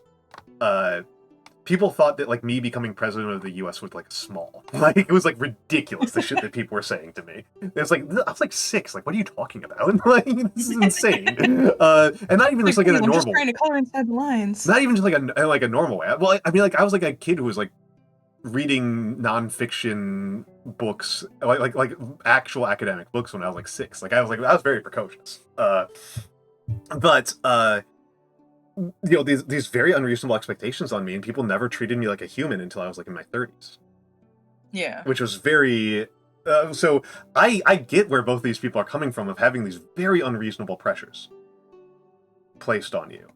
But in general, I found Painter more relatable, in that I was not usually as constrained as Yumi, Mhm. which I imagine gender has to do with that. I'm not gonna lie. So I Uh, actually identified more with Nikoro mhm. because of the bamboo being easy. Yes. Okay, Because yeah. there are things that are easier for me to just whip out, like icons and like chibis and stuff like that. Like they're not the things I want to spend my time on all the time, but that's what makes me money. Mm, So that's one of the reasons why Nikoro is definitely, like, he is my favorite character from this book. yeah. So, I actually and love I Nikaro as a definitely character. identify him. Not I just because definitely identify with him more. I don't, and I even I do identify with him a little bit more, but the things I love about him aren't even things I identify with super much. Like, I mean, I will agree with that as well. Like the things that I love about him are not the things that I identify with, but yeah, it is definitely, yeah. I adore I think that Sanderson does a really good job of treading this line where Nikaro is weirdly selfish and unselfish. Hmm. Right? Like he wants to be a hero. Yeah, like he has that want, and he knows that as a hero, he shouldn't do certain things. Hmm. Um, So like, he tries to like portray himself in that way, and he tries to live up to those expectations, but it doesn't always work. well, and he's intensely self-aggrandizing, right? Like Hmm. that's like his biggest flaw is he's intensely Oh yeah. self-aggrandizing. But the thing that I always think is like this is the moment that like really seals him as a character is that early on, the correct and responsible thing for him to do is to walk away from the nightmare and report it to his bosses. And what he Yep. actually does is he stays there and protects a child. Yep. And this causes him problems and makes a lot of the plot a lot worse. And is extremely I mean, irresponsible. But at the end of the day, it seals him as he is not totally Munch heroic. yep. He's Well, and heroic. that's the whole reason why the spirit even chose him. Yeah. Is because that one thing, not because of everything else he did. It's just because of that one action Mm-hmm. that the spirit saw and was like, okay, you're a hero, and decided that would Yeah, be the one. he is self-aggrandizing, but when it comes to a conflict between his own ego and actually protecting the innocent, Yep. he chooses the right thing. Like he if it's a choice between telling his friends the truth and being self-aggrandizing, he's going to self-aggrandize. Of course. Yeah. But when which is a flaw, Yeah. but he is not so committed to the bit of being an egotistical maniac that he's willing to actually get people killed over it, which is interesting. Correct. I He think it's has a a very line. he has this interesting balance where he is actually heroic, but he's also Munch heroic. He is actually selfless and will protect people and puts himself in danger and puts himself on the line to help people. But Mm-hmm. also, he is going to fucking help himself if you give him 1 inch. Oh yeah. Yep. It's really, I think it's a really interesting combination. Have a good night, Mora. It was good to have you here. Night. I really liked Painter for this reason. I Yeah. really liked him for this reason, and it's also interesting that like there's a similar contradiction in Yumi, right? And I think this is how I think it's the core of making a good character, that they have to be contradictory in a way that makes sense. Yes. That Yumi is blind to all of the people who live around her. Mm-hmm. She does not know anything about her attendants. Nope. She cannot perceive Lee Yoon correctly at all. Nope. Her perception of Lee Yoon is the most inaccurate perception anybody has in the book of anybody else. Yeah. But at the same time, she does have an accurate perception of the people around Nikaro and is much more careful and conscientious about those folks. Mm-hmm. I think this is probably a good place to end. That's where I was going. I think we're getting to the end. I think it's about time to raid out I'm Mm-hmm. just going to quickly go over my schedule because it's a new week. Oh, Yeah. that's not my schedule. That's subathon progress. Let me put that away. Here's my schedule. Hey. So I'm not streaming tomorrow. I got doctor's appointment. I am streaming Thursday for the American Thanksgiving. My American Thanksgiving plans got canceled last minute. So I will be streaming handcam, and I will be making it cozy, and I'll hopefully be going for a long time. Friday, I am planning on... I don't know if you guys heard that, but there's a motorcyclist doing a race down the street. I am going to be doing, hopefully, the last stream of Echoes of the Eye. I thought I would finish it last time. You did hear it. Brutal. I'm sorry, my dudes. So let me say that again. Thursday, Thanksgiving, I will be doing a cozy hand cam. Friday will probably be Outer Wilds, maybe. Saturday, is Wildcard. We'll just see what happens. I might do Slay the Princess. I might do more art streams. We'll find out. So, and... I guess I'll put up the subathon progress again. We're over 300. At some point, I have to do this 24-hour Dark Souls stream. Oh my god. You guys are maniacs. What was that? I said good luck with that. Oh my goodness. I've got really bad insomnia, so 24-hour stream, I can do it. I don't know if I will be at all interesting or entertaining after about hour 8. I think I will be zoned out and boring as hell from about hour 8 to 24. I will get... The model has been debuted. The model has been debuted. Is she showing off her... No, I'm here still. Can you still hear hiding? me? Yeah, you're just hiding. No, it just got disconnected for some reason. Oh, VTube Studio. Connection to Steam servers failed. Uh-oh. Oh, it's because it's Tuesday. Okay, I'm turning on Fugi. You're Fugied up now. There- The Fugi's already in place. There Okay. we go. Oh, well, I'm my cat now. Your It's Lethal Company, apparently. Yeah, you're the Lethal Company cat. You're the Lethal Company I cat. have not done my Fugi in a while, apparently. That's all right. That's all right. My Fugi is currently Toxic Yaoi. I love making Fugis. I love making cursed Fugis.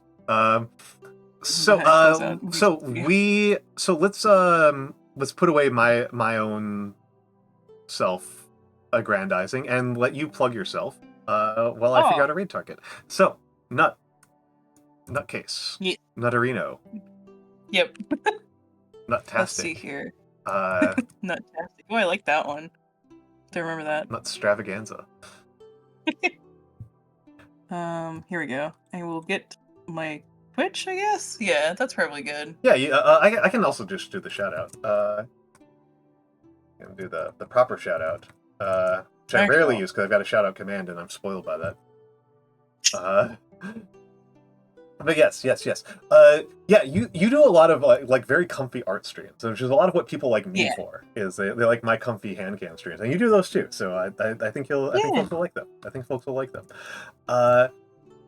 Yes, you do art. I do art. I play games.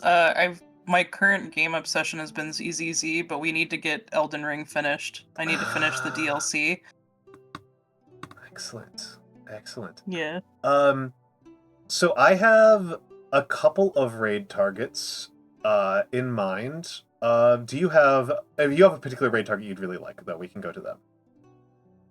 Let me see if there's anybody. Because I see Bodega, I see Dania, I see Clonk are all live. I don't have any of my Capsule Collective, which is I'm part of a group on Twitch. None of them are live right now. Those would be who I'd want us to raid. So I'd say whoever you think would be good then. So the trouble is I'm down for checking out some new people. The trouble is I'm super indecisive. So I'm going to go over to who I've rated most recently and take a look. When did I last... So, have I ever rated Dania?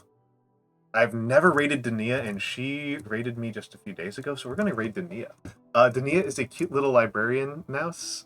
They, them, well, any pronouns, actually, but they're very nice. They're very nice. They're doing Pomodoro. They're doing co-studying stream right now. Okay. Thank you all for being here. This was a lovely, lovely chat. Thank you so much, Nutcase, Yeah. for this one. And I will probably be on my Discord server later tonight, because I'm there pretty frequently. I love you all. Goodbye. Goodbye.